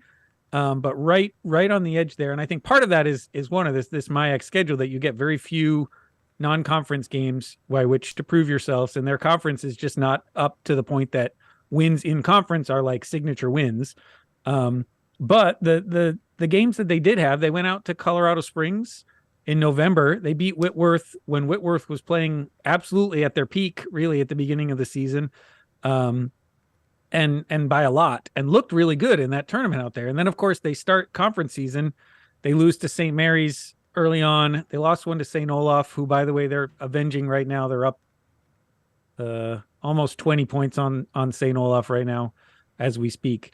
And I think this is just a really strong, solid team, right? I'm not sure. I obviously didn't vote for them this week, so I don't think they're one of the top 25 teams, but they're one that's definitely getting overlooked. And they're playing great basketball up in Minnesota. Yeah, I think, how often has it been that the winner of the MIAC has been a team we weren't voting for? I think I had a lot of double negatives in there, so I'm not sure what I just said. What I mean is the team that wins the MIAC is usually in the top 25. They are a full 2 games up in the loss column. I like their win over St. Mary's because that's a team, obviously, that was playing very, very well at the point of that game. St. Olaf looks like a big win today in progress. I'm not sure if that's gone final, but that looks like let's see, is that game still happening? Yeah, it's final. 73-56. Yeah, it just finished. Just ended. So yeah, I think they're right there. I think it's an awesome deep dive team because looking at this thing on paper, it seems like they're just a week or 2 away from getting a whole bunch of votes if they keep this rolling. I looked at them mainly because I was looking for a guest on Hoopsville, not necessarily for today, but in the very near future. And I went and jumped into the MIAC to double check, make sure I understood how things were going. And to be honest, I was a little surprised they were on number 1. I had checked in previously, thought I had seen something else, got confused by the women, and lost track a little bit with some of the chaos going on around here. Really impressed. Really darn impressed. I'm not voting for them yet. I'm realizing the MIAC isn't, I think, what we thought it was this season. So I want to see a little bit more of them before I dive in. But really impressed. Pretty good team. Bob, deep dive? I am going to go to Southern California. I'm staying in the others receiving votes category for my 3. This is the theme. That's the theme for my 3 segments today is others receiving votes. Deep dive. It shouldn't even count for a deep dive, but I get to because they're down the list. Pomona Pitzer. Now, remember back to the preseason poll when all of us collectively had the Sage Hens number 12, and we thought great things about them. They were the SCIAC favorite. Well, they came out of the gates and hit some rough waters, we could say, right? So let's just pull up the old Pomona Pitzer team page. Vanguard, I think that's NAI, right? Are they NAI or Division II? Mary Hardin Baylor on November 11th, they lost by 13. We all remember that. And then a couple other non-D3 games. They beat Bethesda, but they lose to Masters. Now, I know Masters is a power NAI team. Not sure if they're NAI or Division II anymore. Not a D3. And then here's the one that kind of was like all right, I just need to give up on them for a while. Puget Sound. They lost to Puget Sound by 2. But, gentlemen, let me tell you this. Since the Puget Sound loss, starting on November 30th, they have won 11 of 12 games. The only loss is to Redlands, who's a contender in the league. That stretch includes a win at UAA favorite, WashU. And they look great. To me, if we could just erase for a second in our heads whatever the heck was going on in November, and we just look at the team that's right now, we just look at them right now. I voted for them this week. I believe they're the team that we thought they would be when we voted in October. And I think that Pomona Pitzer, that to me, they seem like they're the favorite now in the SCIAC. They look to me to be the favorite for the Pool A bid. CMS is still right there, and Redlands is right there. But I like Pomona Pitzer quite a bit. Yeah, they lost 4 of their first 6, have lost only 1 of their last 12. I'm not voting for them yet, but they're in that group of I got to find a hole, and I can't find a hole just yet. The win over CMS was impressive. At their place, too, at CMS, right? It was at their place in overtime. At their place, 10 feet from your own place. I'm trying to find a hole. I knew that Ryan was going to get me on that, right? But it's true. It was on the road, right? Like it's technically a road game, Ryan. Literally across the road. Come on now. It was across the street. If someone else was on the show, I don't think they would have got that. But I got one of the OGs with me sniff that out. Yeah, they're across the street. I watched every minute of that game too. So I watched that entire one. Yes, I know he did. So when I do my ballot, I go conference by conference, and I try to kind of rank the teams in the conference, figure out which ones are in contention for top 25, figure out what the order is, and then see how they slot in nationally. And this one was a really tough one between CMS and Pomona Pitzer, because I think, CMS has, I think, slightly a better resume, but obviously they just had that head-to-head loss. And what did it for me, honestly, was that Redlands, that was not a close game. The loss to Redlands that they just had, and that was at home, which is actually home. That's a good hour and a half drive from Redlands, given traffic or whatnot. And that gave me a little bit of pause. They don't have a super signature win on there, and it feels like as the season has gone along, some of these Region 10 games that we really liked, the Texas-California crossovers, maybe are not as big as we thought they were in November. And I'm still trying to gauge how valuable those wins are. We obviously have great teams out there, but is it a sense of teams that are all kind of like 20 to 40 beating up on each other, or are we really seeing some top 15 teams facing off? And I don't quite know yet, and I wasn't really ready to pull that trigger, but I've got them right in that mix for sure. Yeah, so I'm in the exact same boat. Yep, and it's all right. The same proverbial question. Who am I taking out to put in? And that becomes a very complicated conversation. I hate to beat the parody drum too much, but there are a lot of good teams. There are a lot of good teams. Kayak, I think a thing that we should keep an eye on is with Eric Bridgeland now at Redlands, we're pretty sure that he's going to build a good program because he's done it everywhere else.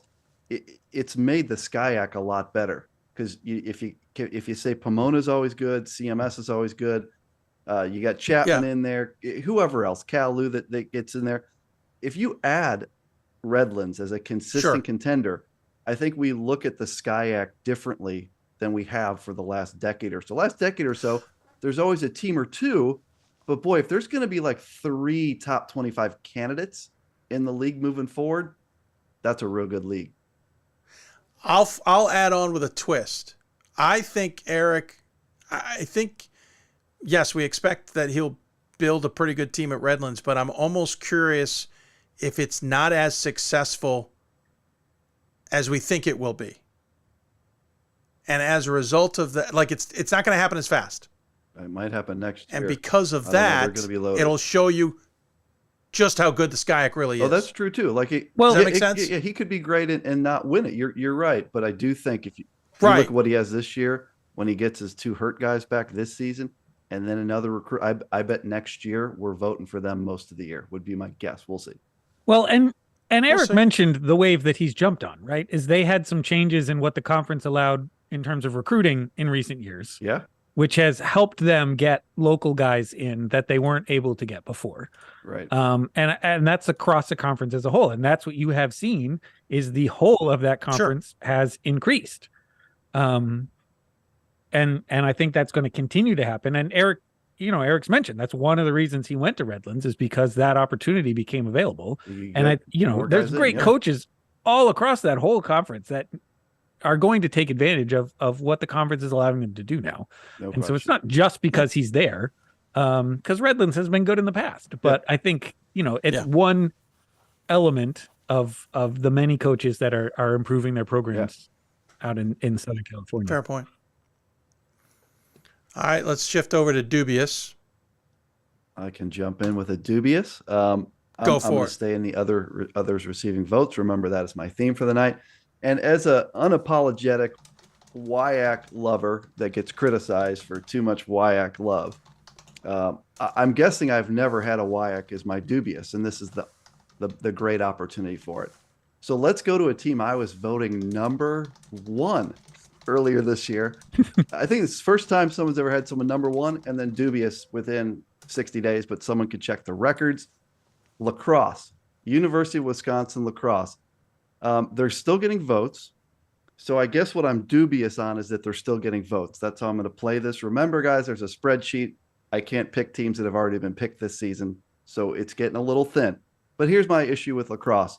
They're 15-5 overall. They're 6-3 in the league. They're a full 2 games back of Oshkosh.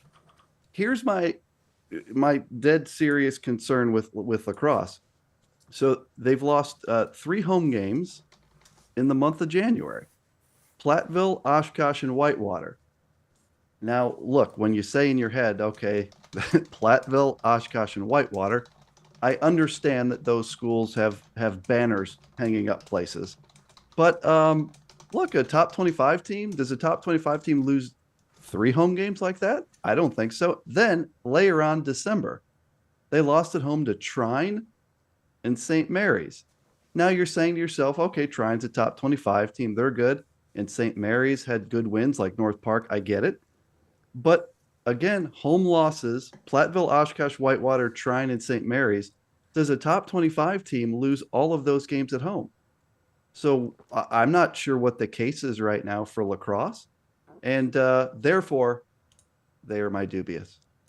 Ryan, do you have any thoughts on this? Are you dubious on lacrosse, or am I the only one? I didn't vote for them. And honestly, so like I said, I go down, the WIAC is near the bottom of the list of conferences. I opened it up. I clicked on Oshkosh. They're clearly the favorite. I'm going to fit them in somewhere, probably near the bottom of the top 25, just given the resume and their inconsistency this year. And I click on lacrosse because they're probably the second team. And I look at it and go, that's not a resume I can even consider. It's not that they're bad. We know they're really talented, and I'm sure they're getting votes because there are people voting who know which players are on this team more intimately than I do, know their capabilities, know that they're perfectly capable of beating some of the very best teams in the country, like they've shown. But I look at this and I go, this is the team that lost close games to Trine, St. Mary's, and Platteville, and I would say they need to be ranked about where those teams are, which is not quite in the top 25. The other thing, Ryan, that I would add is sometimes what happens is that early in the season, a team wins certain games that at the time mean a ton to us. And when they beat St. John's and Marietta in particular, those seemed like huge wins. Well, look where St. John's is in the MIAC standings, and look where Marietta is in the OAC. Those wins don't have quite the shine that they did before. The Guilford win is still great in all of our books, obviously. Yeah. But sometimes you have to go back and you have to say, I thought this in November. Is that still the case? And, look, hey, lacrosse might win the WIAC tournament and win the national championship. Again, that's my theme for today. Everyone can win the championship. And then they can replay my dubious segment back. But for now, I just don't see a top 25 case. Agree. It's according to Pat, 5 voters are voting for him, and they're getting 31 points. That average them out that those 5 voters are putting them about 20th. So that either means those 5 voters all are have them around 20, because it's actually 6.2 points, or some have them even higher than that, and some have them lower. So that's an interesting Poppers. conversation. Poppers goes with this eye test. He must have seen them and they look good 2 times, and he's voting them 2 or something. Listen, I thought they were good. I've had them in my top 25 for a good chunk of the season, but I haven't for the last couple of weeks. I can't. Wait, there was something about their resume that I'll have to find it. Maybe we can move on to the other one. I'll find it again. Poppers jab, by the way. I was pretty happy about that. Yeah, I know. It was well done. Thank you. We'll get you a piece of bacon for that, sir. Probably the best, probably the funniest moment I've ever seen. I've watched it like 30 times. I can't remember. Did a coach come on the show, or I think someone just texted me? They said, "Listen, I was listening to the show on the way, on the bus. Here it is. I was listening to the show on the bus, and that was said. I was crying, laughing in the bus. It was because clearly some people were wondering what was going on. Rainiac he's so casual. He just looks away and he says, "Who doesn't like bacon?" Like he's dead serious, and then you see Poppers over. Well, you did miss just when Poppers thought that in the back of my mind, I'm thinking he doesn't. Well, you did miss the question that I was very curious, and I wonder if all of Americans, if Poppers has ever tried bacon. But I don't know if that's something he wants to admit publicly or not. So we'll. No, he probably doesn't. No, he probably doesn't. Yeah, some questions by the way, are better left unasked. Like right. If we find out Poppers is on Friday nights watching hoops games on stream and eating bacon. That is not happening. Then we think differently about Poppers, and I'm not going there. I'm not willing to think that. He is dying right now, his Poppers. By the way, Lacrosse has lost 3 of their last 7. That's the note I picked up on, and that's tough. I know actually Poppers. Poppers has tweeted something. He has Lacrosse 24th. Okay, he wants to at say. least he doesn't have 2. Okay. There you go. All right. Dubious. I think Ryan's There's up. one missing. Me. Ryan's dubious. Yes. So, I'm voting for both of these teams that I'm going to mention. So I'm part of this problem. We are getting down as You're Bob dubious mentioned. on There's yourself. only I've done 37 this already. teams getting votes right now. I did it's this hard year. to This be is a great move. It's hard to be dubious, right? Yeah. Fair. We're in this spot. I'm bringing up both Emory and WashU. Yeah, you like to do this dual thing. He does this. I feel like they're very tied together because WashU is getting a lot of credit for beating Emory this weekend. Like that's one of their big wins. And if they're both a little inflated, that changes a lot, right? And so, again, I'm not saying that these are not good teams, but I think, especially as we're on screen with a William skeptic right now, we'll call him skeptic and not hater, right? That skeptic. I think the people voting for Williams are voting largely because they see the talent on that team. I think right now the people voting for Emory and WashU are maybe doing it a little more because of the talent they see than the resume that's out there. None of the losses for either of these teams is bad, but they're not great for a really good team, especially a leader of the UAA team. And you look at Emory's schedule, their signature wins, the home overtime win over Case, and that home win over Rochester, who was missing their best player. Those are still their 2 signature wins on the year, which are not bad. But when we're talking about where they are in the top 25, I'm just a little dubious still. And when you look at WashU, I mean, without this weekend, they don't have a top 25 resume, right? They had to go to Rochester and go to Emory, which are 2 great wins, and I give them credit for, and it's why I am voting for them. But we're looking at just those 2, really. They've played a good schedule, but not a super great one. And their losses, again, have not been bad, but they're still not games you really want to lose. And so right. I don't want us to get overexcited, right? If I was coming into the season, I would have said maybe Rochester and Case is the top 2, Emory and WashU as the second 2 in that league. And I think it might still be that just because the standings are flopped right now. We want to maybe just take a breath. I'm with you. And we're literally pivoting into the second half of that conference schedule. So. And I had Emory, I think that I had Emory as my dubious on here a couple shows ago. And my point at the time was they've played well since then. But at the time, my point was, what is their signature win? And we went through some of the home losses they had. I think it was Guilford and Barry. So it was interesting when I was doing my ballot this week. I had watched the Emory WashU game. And I thought, well, that was such a close game. If I'm voting for WashU here, I have to vote for Emory. But my 25 spot came down to Barry and Emory. And Barry wanted Emory. I was like, how could I justify putting Emory in and Barry? Yeah, Barry won at Emory, and Barry didn't have their point guard. So I'm with you, Ryan, that Emory is not a lock. Again, they could win the national championship for all I know, but they're not a lock. I will say this about WashU. Very talented. And this kid, the freshman, Grodzinski, he's starting to figure it out. He's a 6'7" kid. When they got him as a recruit, it was a huge deal. He made 4 threes in the final 5 minutes that were big time shots. They have size. They have guard play. I think WashU, the way I look at this, is the most complete team in the UAA. But look, that said, maybe they'll lose their next 2. I don't know. They're pretty good. And we know they're super talented, and they have one of the best coaches in the division. They're in a good league. They've won this weekend. We can say, oh, they figured it out. But at the same time, you can say, and this is true for both Emory and WashU, that they're really young still. And with young teams, they can look really good and they can look really bad. And I just don't want to jump the gun because they had a great weekend. Yeah, the flip side of some of these, like the UAA, I believe it deserves to be called the best league this year. Now, I flew up to Bloomington, Illinois, and watched my struggling Titans lose on a buzzer beater to WashU. Illinois Wesleyan beat Chicago in overtime, and Chicago just lost by 1 point to Rochester. And Chicago, had they made 2 free throws with no time on the clock, would have beaten Emory. So I guess my point being, is the UAA great because there's a bunch of national championship contenders? Or is the UAA great because all 8 teams are in the Massey top 100? I think it's the latter. You have a bunch of very good teams, and the top 1 or 2 are national championship contenders. But I think we can't confuse the two. None of these teams in the UAA is like, holy crap, they're better than everybody. Right. They're just really good across the board. And I think in both cases are going to be better next year. Yes. Yes. I ended up moving Emory and Rochester way down on my ballot, and I debated about putting WashU in because of the results. Though I got a kick out of the fact that WashU beat both of those, and both of those went to overtime against Chicago.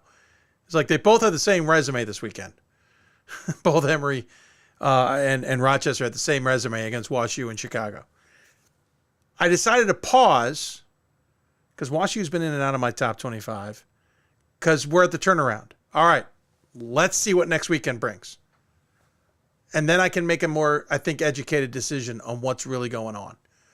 Here's the only issue with that, is that, I mean, to me, you got to give WashU credit because they won at Rochester and at Emory, and they, to me, but that's my point, is if they lose at home, then you're waiting for, I just think I think they should be the highest rated UAA team as we speak, based on, at a certain point, I shift over into like the conference, and I look at conference games. Yeah, but and I'm not so much worried about November. And to me, WashU right now, they seem like they have the best case in the top 25 of the UAA teams. That's just my opinion. I mean, it doesn't.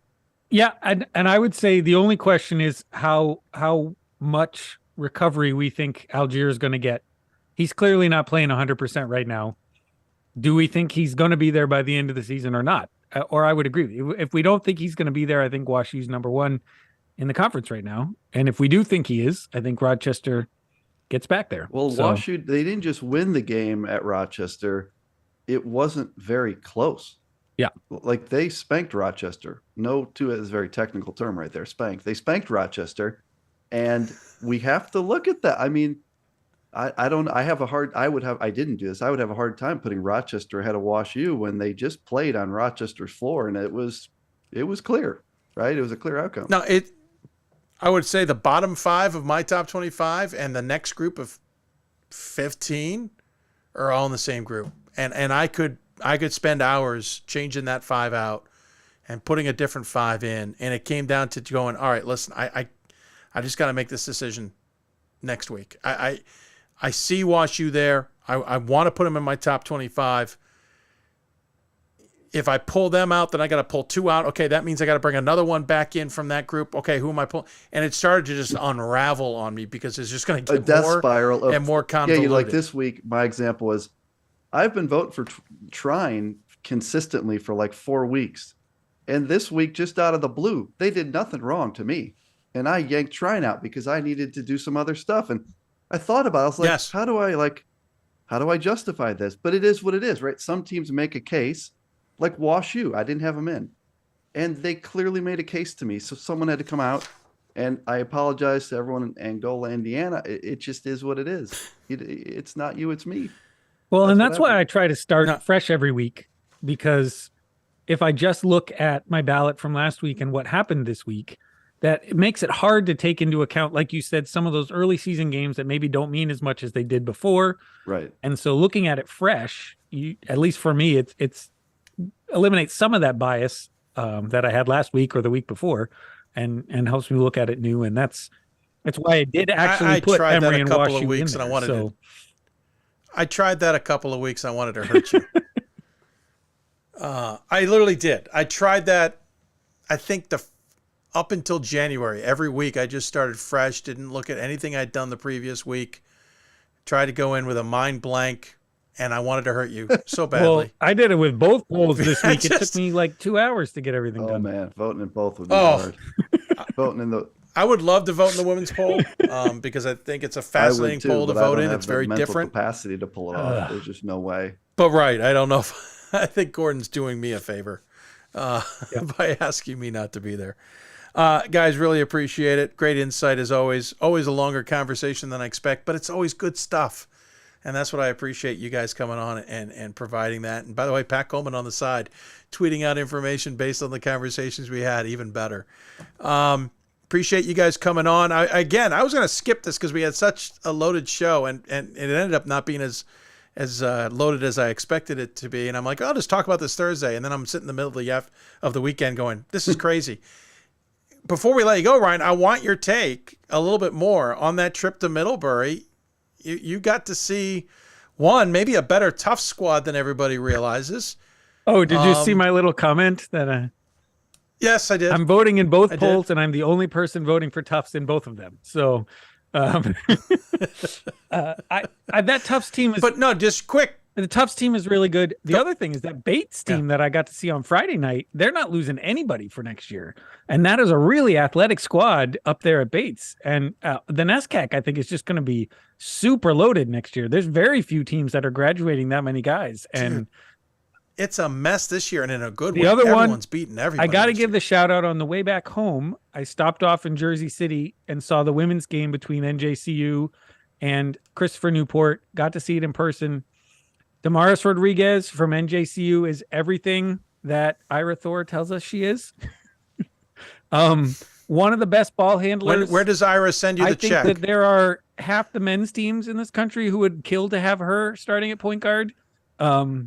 Just an incredible ball handler, but also the coaching job that Pat Devaney did there against a Christopher Newport team that's just overpowering. He made adjustments at halftime. They won the third quarter. He's worked miracles in there. That Christopher Newport team is huge and fast and deep and really, really good. And he, it wasn't a whole game. They ended up losing by 18. They got gassed at the end. But I was just so impressed with Pat and what he's put together there. That was a team that was just, what do they have? 3 wins when he started coaching there and really put a strong squad together. I know we're talking about men tonight, but that was overwhelming. And I pumped Middlebury up at the beginning, but I really do think the size, like I said, the offense is where they're going to have to do a little bit of work. But I don't see a team even like Randolph-Macon that can stick with that size. We talk about how big and strong Josh Talbert is, but he's tiny compared to the guards they got at Middlebury.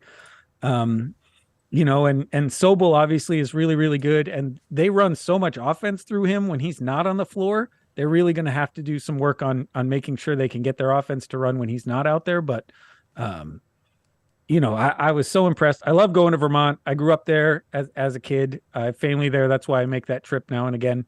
But they're always fun to talk to everybody up there. They had a huge crowd too, even with hockey going on down the hall.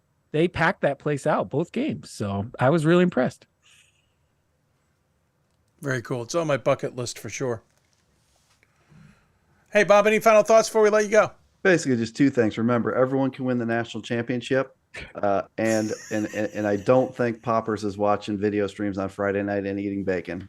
So apologies. We're just giving him a hard time if his rabbi is listening. He did confirm he's never tried bacon. Yeah, no, it's appreciate it, Dave, and I thought you did a great job on the interview earlier. Kind of a tough deal to have to navigate through. I thought that was great. Appreciate you doing that, and at least we have another side to that whole story now. So we're in a great place in the season, and let's roll. 4 weeks, guys. Yeah. 4 weeks. Will we see you guys Thursday? Oh yeah. Can you actually drink on the happy hour, or is that just a figurative term? It's not broadcast television. No. Yeah, because like I'm still in dry January, and it's January 30th, and when you do that show on Thursday, it will not be January anymore, correct? That's correct. So I may have a bunch of shots or something on this Hoopsville there you happy go, hour. sir. Welcome aboard. We'll love to have you. All right, guys. Thanks so much for the time. I really appreciate Thanks, guys. Thank you. Bob Coleman, Ryan Scott join us on the Huddle Hoopsville hotline. I got to get all the graphics changed, but thanks to our friends there. Thanks to our friends there for joining us. I'm just going to wrap things up here at this point, not even take a break because, we can't because we got to get off the air. But I want to thank everybody coming on the air. Mark Morefield, appreciate him taking the time to join us. It's going to spark conversation for sure. I think there's a lot of people who have different thoughts on what he had to say. And to that, I'm kind of with Bob. I have a lot of information, but I don't think it's made me have a sense of any clear scenario there. And to Ryan's point, I think he tweeted out earlier, I understand those who say he should have gotten another opportunity. I can understand those who feel he should have been fired. And to those who reach out and talk to us about their thoughts, appreciate it, though we also know those are off the record and we won't share them, but appreciate their perspectives nonetheless. Thanks to Mike Rainiak for joining us as well for his perspective on things. This is a conversation I want to take deeper. I tried to do it tonight. We couldn't do it. Couldn't pull it off. We will try and go deeper into this overarching conversation about coaches and trying to make coaches not make coaches, it's a bad way of saying it, but help coaches become better coaches and navigate an ever-changing world. I don't think it's something that many people talk about. And the understanding of how much things change in coaching and in all that stuff. So nonetheless, appreciate them. And then thanks to Ryan Scott and Bob Quillman for coming on the show as well to help us out tonight. Reminder, we'll be on the air for the marathon starting at noon Eastern time on Thursday. Happy hour will start about 8 o'clock. We're still booking our guests. We got about 2/3 of them done. We're going to spend a bulk of tomorrow finalizing those plans. Looking forward to having everybody on the show. Notice during that top 25, tried a new camera angle. Didn't seem to work out like we thought, especially with audio issues. We apologize for that. We'll try and get to the bottom of that so you can at least see what we have now dressed up an even bigger part of the wall here on the studio and showing off more of the jerseys. We got to figure out a better way to get those shown off. So we'll get to the bottom of that. In the meantime, thanks for tuning in. If you listen to the podcast, make sure you review and give us a like. At the same time, if you're watching us on demand, thanks for doing that as well. I want to thank our partners at the Women's Basketball Coaches Association, National Basketball Coaches Association as well. National Basketball NABC, National Association of Basketball Coaches. Sorry, I'm brain dead. For their support. Actually been talking to both sides quite a bit recently, trying to book some interesting segments down the road. Also, thanks D3Hoops.com, Pat Coleman, Gordon Mann, Ryan Scott, everybody at D3 Hoops for their support. Thanks to guys like Bob Quillman and Poppers and others who helped join on the show and make it fun as well. And thanks to all you for listening in. You've been listening to Hoopsville, presented by D3Hoops.com from the WBCA NABC studios. Big thank you to Blue Frame Technology, which is now Huddle Blue Frame Tech, for their support of our programming and our work as well. And with that, we'll sign off. We'll be back on Thursday for the, I think it's the 9th annual marathon, starting at noon Eastern. You've been listening to Hoopsville, presented by all of our friends. And if you want to talk Division III basketball, you've got to listen to Hoopsville.